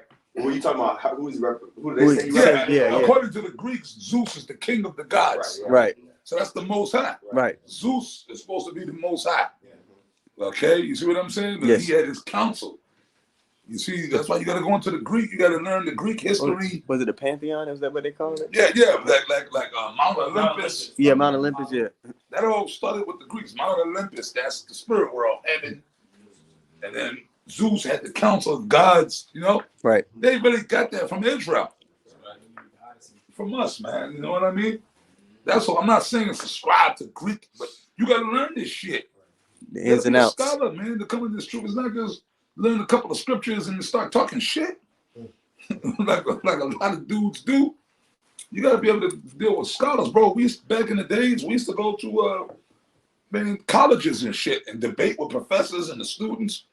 Hofstra's University. We got Apostle Tahanum got some of this shit Some on. of the videos. Recorded. Used to have a microphone. Yeah, we used to go to colleges, bro. We used to go up to colleges. Yeah. We went to Yale. We used to stay up in Yale, you know, all the time, man. So we got to debate these so-called scholars. So you got to learn. You had to learn and become a scholar, man. I got a quick precept. Yes, sir. This is Acts chapter 14, verse 9. The same heard Paul speak, who steadfastly beholding him and perceiving that he had faith to be healed, said with a loud voice, stand upright on thy feet. And he leaped and walked. And when the people saw what Paul had done, they lifted up their voices, saying in the speech of Lycaonia, the gods are come down to us in the likeness of men. And they called Barnabas Jupiter and Paul Mercurius because he was the chief speaker. And Mercury was what? He was the god of I want to say Mercury was the god speed. That was Hermes. That's where Flash comes from. Hermes and all that. Yeah, like a god of speed. That's where Flash comes from. The superhero Flash. Yes. That's the concept. He came from Mercury. With you know what I mean? All that, man. Hercules, which Hercules realistically was supposed to be a Hellenist. He was a made-up character, but really the made-up characters are based upon truth. Right. Which really Hercules will come from really Samson, man. You know what I'm saying? They're based on all fiction is based on non-fiction would be what? Based upon fiction. Non-fiction is fake. reality. Yeah. Non-fiction is reality. Fiction is fake. Fiction is bullshit. Yeah. But all fiction is based on non-fiction. Right. See, and that went back to the Greeks and the Romans. Well, the Greeks, they set up the whole shit. The Romans followed the Greeks, but they said, we're just going to change the names and this. We're just going to remix it to our way. They were all the same motherfuckers, but the thing was, the Greeks looked at themselves different. I'm sorry, the Romans looked at themselves different than the Greeks. It was just a different group of Edomites that came into power. That's all. It went back to Babylonian too. It started with they all took, listen, everything comes from Babylon. They all took from the Babylonians. The Greeks took from the Babylonians. They adopted some of the Babylonian ways. The Egyptians stole from the Babylonians. Okay? You understand what I'm saying? Esau, Ham, Ishmael took shit from the Babylonians. Elam, because Babylon was the first kingdom. And who were the Babylonians? What nation were they? They were Hamites, children of Ham. That's right. Nimrod was the king of Babylon, man. You see what I'm saying? Gone. I don't know. I have a feeling. I still believe that nigga Barack Obama is Nimrod, man. I really do, man. I think how the fuck, he was the first and only so-called black dude to become the king of Babylon. Wow. I mean, look, man, I can't prove it. I can't. Somebody said, well, back that up. And I go, look, man, I'm going in the spirit, all right? Well, we said that. We said that years ago in the camp. It makes sense. Because we in Babylon. This is the new Babylon. That nigga for 8 years, they allowed a brown-skinned motherfucker to become the king of Babylon. Right? He's African too. Yeah, he's a Hamite. He's a Hamite. He ain't no Israelite. No, brother, the stupid, dumb, fucking dumbass African Americans, of course. Anybody that's brown skin is their people. Okay? You see what I'm saying? He's a Hamite. They show pictures of his father. His father's a straight up Hamite. You see him play basketball? Yeah, motherfucker. Come on, that dude wasn't no Jake. Yeah. They trained him. They had Jakes. They had actors actually training him to act Jakeish. But he still couldn't do it. Coming down the steps. steps. You ever saw him walk? He tried to walk like, yeah, man, yeah, look. The fuck out of here. Esau could do a better job imitating Jake. Real talk, who's the closest to us? Yeah. Esau, what do they call them? Wiggers, right? Some of them might be Jake, but some of them are white boys, right? You know, Wiggers trying to, yeah, man, what's up, man? Esau do a better job imitating Jake than him. Him just don't got it, bro. Come on, brother. I'm from New York City. Man, New York, when you brothers that been there, man, come on, bro. We watched it for years out there on them streets and the tables. Them Hamites trying to act like Jake. Their heads are shaped funny. You know how Jake wear your baseball cap? Like Jay-Z, you know, like Jay-Z and 50, and they would wear the baseball cap with the stocking cap. Would just look right. You know, like they just look cool. You know, Jake would wear the baseball cap with the do-rag or no do-rag. And it just look right. Like, yeah, you know, like. But then the Hamites, back in New York, them Hamites, like we used to see them down in Manhattan, you know, because we used to be on the oil table selling shit on the street. The Hamite would try to wear the baseball cap, but the shit would be, their head shaped like, their head would be shaped like this fucking bag, like a weirdo rock. The head would be sitting there like this. And they call themselves trying to do that. Like they really like, you stupid, like, look, homeboy. What's up, son? I got you. This is Joshua chapter 9, verse 1. It says, and it came to pass when all the kings which were on the side of Jordan, in the hills and in the valleys, and in all the coasts of the great sea over against Lebanon, the Hittites and the Amorite and the Canaanite and the Perizzite and the Hivite and the Jebusite heard thereof, that they gathered themselves together to fight with Joshua and with Israel with one accord. And when the inhabitants of Gibeon heard that Joshua heard what Joshua had done unto Jericho and to Ai, they did work willingly and went and made as if they had been ambassadors, and took old sacks upon their asses and wine bottles, old and rent and bound up, and old shoes, and clouded upon their feet, and old garments upon them, and all the bread of their provision was dry and moldy. And they went to Joshua to the camp at Gilgal and said unto him and to the men of Israel, we become from a far country. Now therefore make ye a league with us. Yeah, that's a ham thing. They were scared as shit. Yeah. So the Hamites came over here. Well, they came to make money off Jake, but they come here basically to stay doing the, because that's They them. know the swag. They said, fuck it, man, let's try to act like we down with Jake. We pour, like, look, what's up, kid? Yeah. What's up, son? And Ham, you can tell a Hamite. Brother, you can tell, I know a Hamite right off the back. They got like a dismal, like, you know, you look at Jake has, when you look at a man's eyes, you can tell what nation he is, the spiritual. When you look inside of a man's eye, you look at a man in his eyes, you know it Jake when you're looking at it Jake. Like, especially Judah, like you look at it Judah, you know Judah got that intense look in their eye, like, you know it's a Jake. You know what I mean? But with the Hamites, if you look in their eyes, they got that, like, this dismal, in a daze. Like in a daze, like they don't know what planet they on look, but they try to act cool. Like you they'll be trying to sell, like Jake could sell you something. I know because we did it on we sold oils, incense on the street. Them Hamites try to sell oils or try to sell their pocketbooks. I mean, they'll get the black woman, of course, right? But if it was some kid, what's up, son? Your son, your kid. I got the jiggy shit. Humbai. What's up, kid? What's up, son? What's up, Humbai? I got the jiggy shit, son. And that's why when we get that power, they're going to get back into that. When we get that power from y'all watching y'all shot these nations, they're going to hear the fame of it again. Yeah. They're going to get back in line trying to just be down. You know what I'm saying? Yes, Go ahead. That's right. So they're going to get, that's a good scripture, bro. Yeah. They're going to get back into that same spirit of trying to appease Israel. Well, they already have. That's why I brought that up. Right. Yeah. Them heathens come over here trying to appease Israel. Yeah. And they're going to really do it. They take our character. They take the stories of Samson and the stories of the judges, the stories of the mighty men that were with King David. All those stories circulated around the surrounding areas and became folklore. And the nations would take it and make hyperbole of it. And take it for themselves, man. That's what the Greeks did. That's right. That's where you get Zeus. That's where you get Hercules. That's where you get Perseus. You know, Perseus, and those people were based upon Israelites. All the Greek heroes, man. Okay? Yep. See what I'm saying? You got it, brother. Just back That's why you hear the stories of the 300. I'm sorry.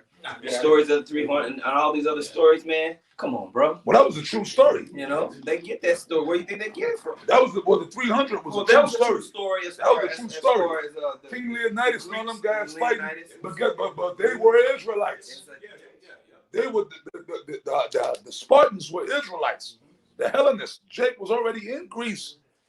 It's just like now, and people don't want to believe that shit. It's just like fucking now. We in America. You got Jakes here that did great feats, right? They'll call him whatever. Let's just say they didn't mention that Joe Louis was a black man. Let's say 1,000 years from now.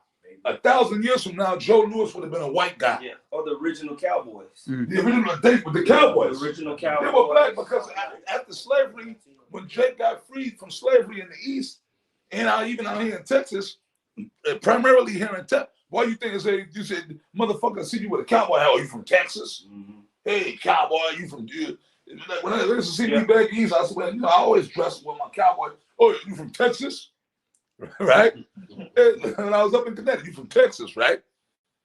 You dumb motherfucker, because like this was a slavery state. So a lot of the Negroes, when they got free, Esau didn't want to give them shit. So they moved out here, or they just came and started doing cattle. They working for themselves. They got jobs working with horses, working with cattle. They was okay, these niggas are good. Let them do that. Let them do that. Yep. So then Jake, to be honest with you, you know who started cowboying? Some of y'all might get mad. Issachar. Yeah, no, that's fact. The banditos, they were the Issachar. That whole cowboy wearing the chaps and the horses, Issachar. They still own it. What you call it? Rancheros. The Rancheros. It really started with Issachar. And Jake kind of learned from Issachar.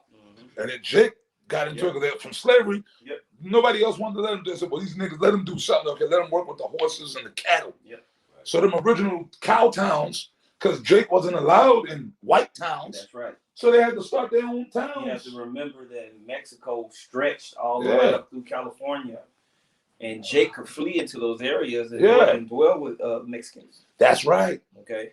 And then Jake from there, like that movie with Mario Van Peebles that came out years ago. I saw it in the Posse. It showed you. My man Woody Stroh was breaking it down in the beginning. He said that first after slavery, the white people didn't want to let Jake in their town, so that these black cow towns started coming up, because these Jakes that worked with the horses and the cattle. So Jake said, fuck it, we just set up our own towns. So that whole cowboy and the gun and all that shit, the Cowboys were Jake. Issachar and Jake. And some gang. And Reuben. That, you know what I mean? Well, I just wanted to highlight too the idolized stories from the scriptures. Like, you know, I was really referring to Gideon and to all those famous wars that Israel had all the way leading up to Judas Maccabees, which out of Judas Maccabees came a lot of stories of the Savior, you know, which was during the Greek period, which led up into the Greco-Roman period, and all the stories surrounding that, man. So you have a lot of folklore, and it's mentioned in Wisdom of Solomon in the 14th chapter and everything like that. Well, I'm glad you mentioned Judas Maccabees in the Apocrypha, right? The Maccabees. Y'all got to read the Maccabees. Go back into your Apocrypha and read them stories. That's where the Hellenists came from. Prior to the time of the Maccabees, that explains where the Hellenists came from.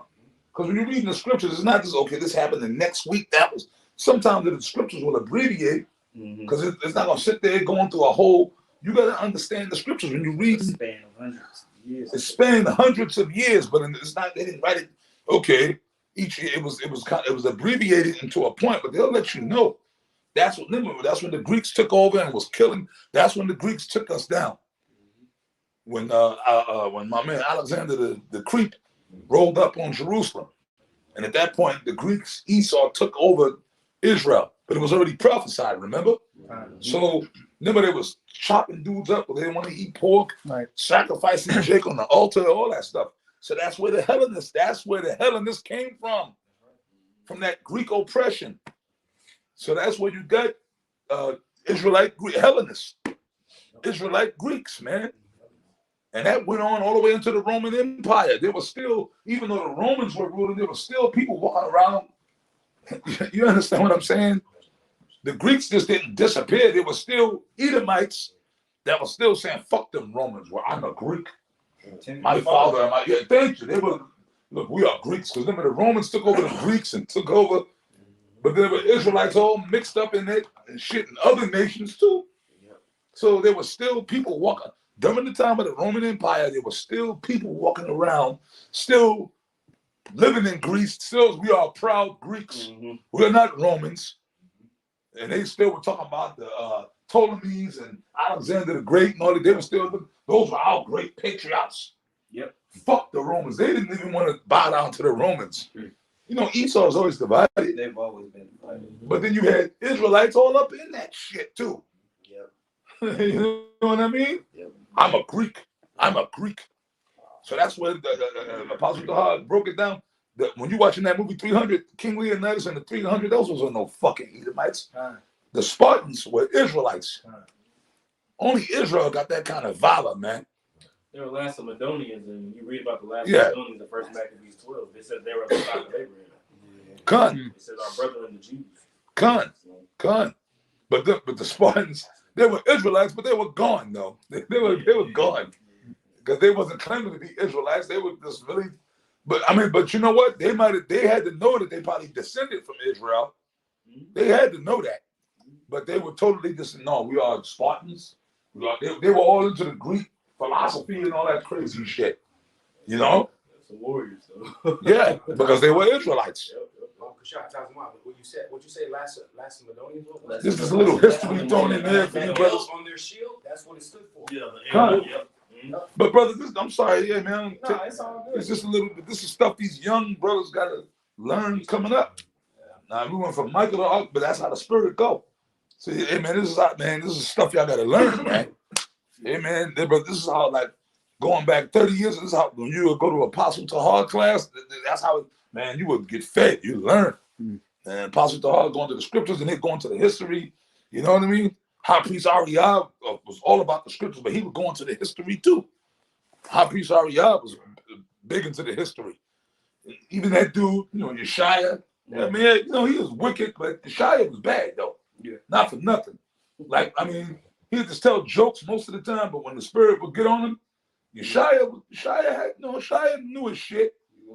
You would learn something like when every once in a blue when the spirit really got on him, because he was another big history guy. His thing, he going to the Dark Ages, then he'll go into the bro. We got fed in One West. You know, certain things had to get critiqued, but we got the basic foundation knowledge. You know, so now the other things got critiqued in the spirit, but the information was like, yo, what we teaching ain't really too much different than what we learned in One West. There's certain few things got critiqued, but what we teaching y'all is pretty much not too. They talk about they call us renegades. How the fuck are we? We're the GMS is the only ones. We're the only real group sticking to the old One West vibration, and we teach y'all to do. We taught y'all likewise, right or wrong. That's right. Right? Well, like, come on, are we not still? Right? We still holding to the traditions. We still keep the Day of Atonement, like High Priest Ariah told us. Well, like I said, the Sabbath got critiqued, but we still keep the Sabbath, right? The Passover, the Hebrew, right? We didn't really change nothing.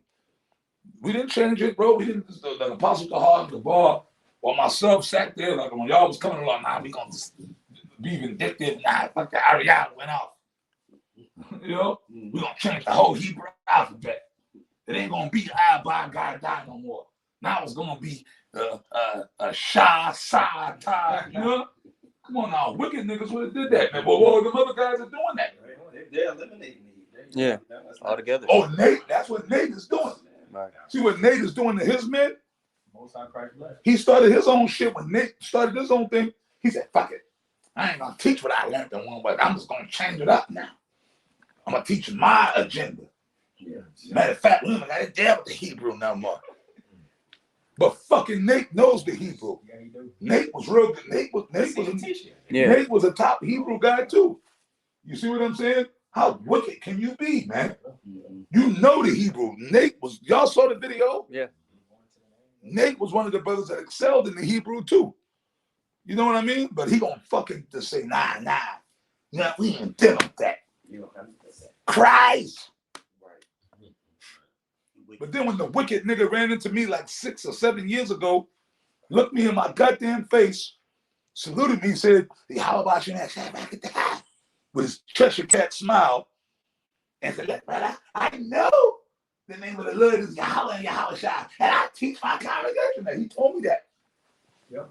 That was like about maybe 7 or 8 years ago. This motherfucker, right? And saluted me on the goddamn number 4 train in New York. Shalom! Father Rakah! And all he got, why you hate me? I said, man, I don't really hate you. I said, I hate what you doing. You being wicked. You going off. How am I going off? You know, like Apostle, what the fuck you mean? How you going off? I said, brother, you know what you're doing, man. You going off, man. Come on, bro.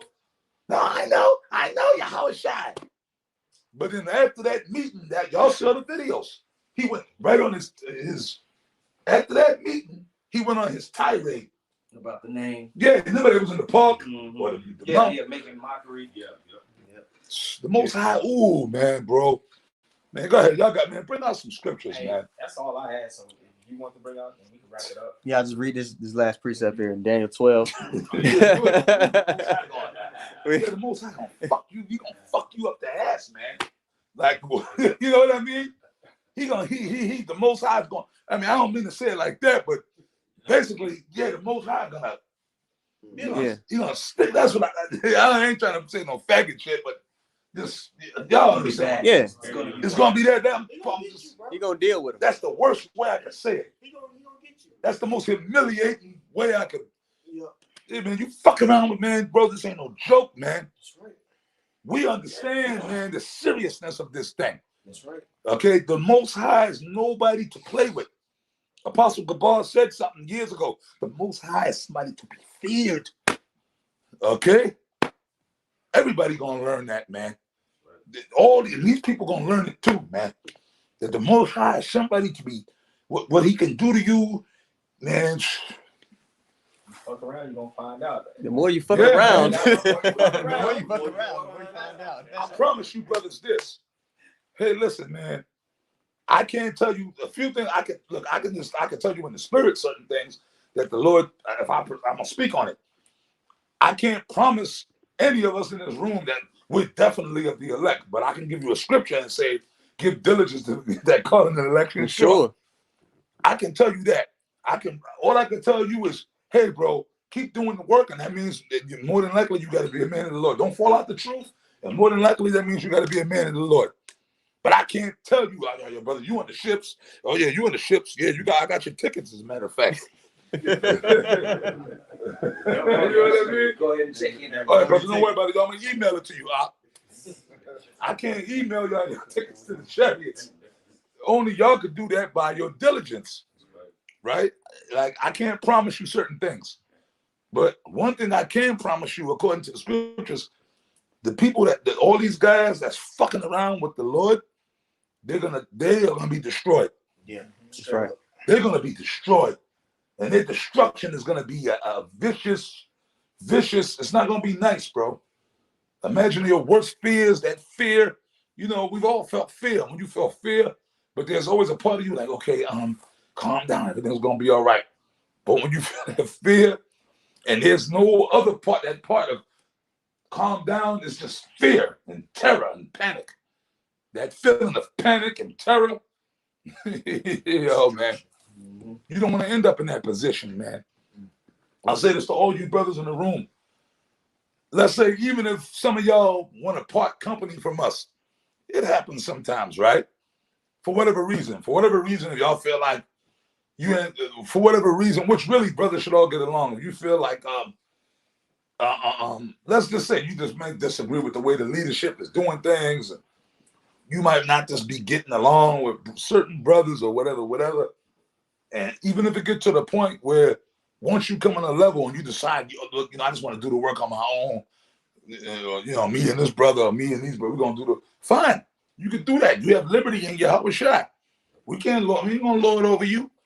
But don't scoff. Don't remember what the Apostle Paul said. but continue thou in the things which thou hast learned, and be assured of him which thou hast learned them in. Never disrespect your elders. Never just don't become a demon. Like if you want to leave GMS, you can leave GMS and say, well, I want to go just do my own thing. After you come on a level, under tutors to a time appointed of the Lord.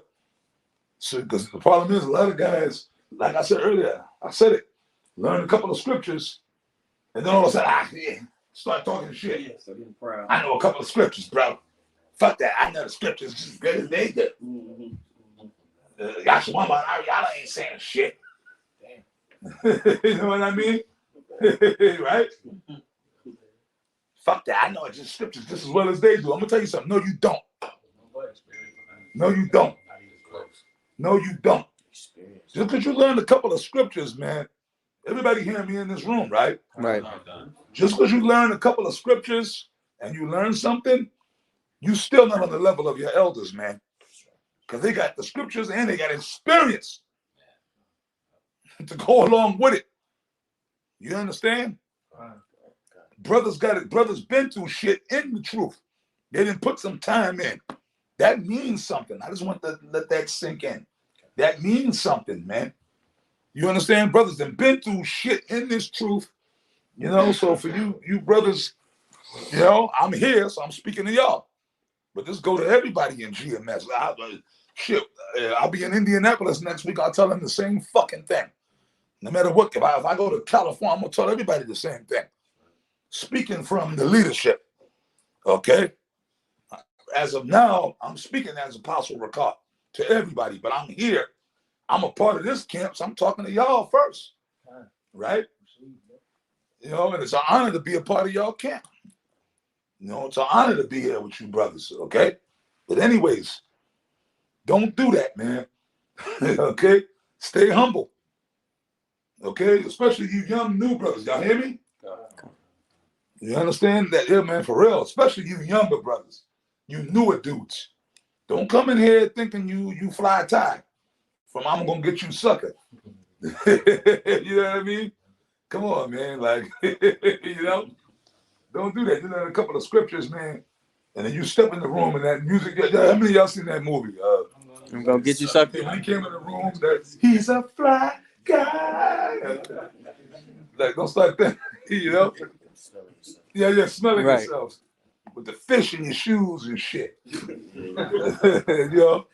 That was it, brother. I'm sorry. No, you good. Spirit got on me to. Y'all in the spirit, man. Yeah. We live too, so Yeah, everybody getting edified. Yeah. Man, I'm just gonna read Zephaniah 2 and 3 then. You got it, brother. Yeah, so this is we'll close out with this. All right, Zephaniah 2 and verse 3, man. This is what we all want, and this what we need to do to get it. All right, so Zephaniah 2 and 3. It says, "Seek ye the Lord, all ye meek of the earth, which have wrought his judgment." We know the Israelites. This is for us. We wrought the Lord's judgment. Which have wrought his judgment. Seek righteousness, seek meekness. It may be you shall be hid in the day of the Lord's anger. Because it's coming. So hey, that's pretty much beautiful. Hey, any other points? It's lucky, but I didn't mean to take over y'all's class. It was all beautiful. Yeah. that was perfect. Went out. Yeah. You were speaking in the spirit. I think it came out for a reason. So, with all being said, call Allah. Yahweh, Ba'ashem, Yahushai, Ba'ashem, Rakakadash. Double honors to our apostles and elders of Great Millstone. Shalom, peace and blessings to the elect. Hey, till next time, shalom. Shalom.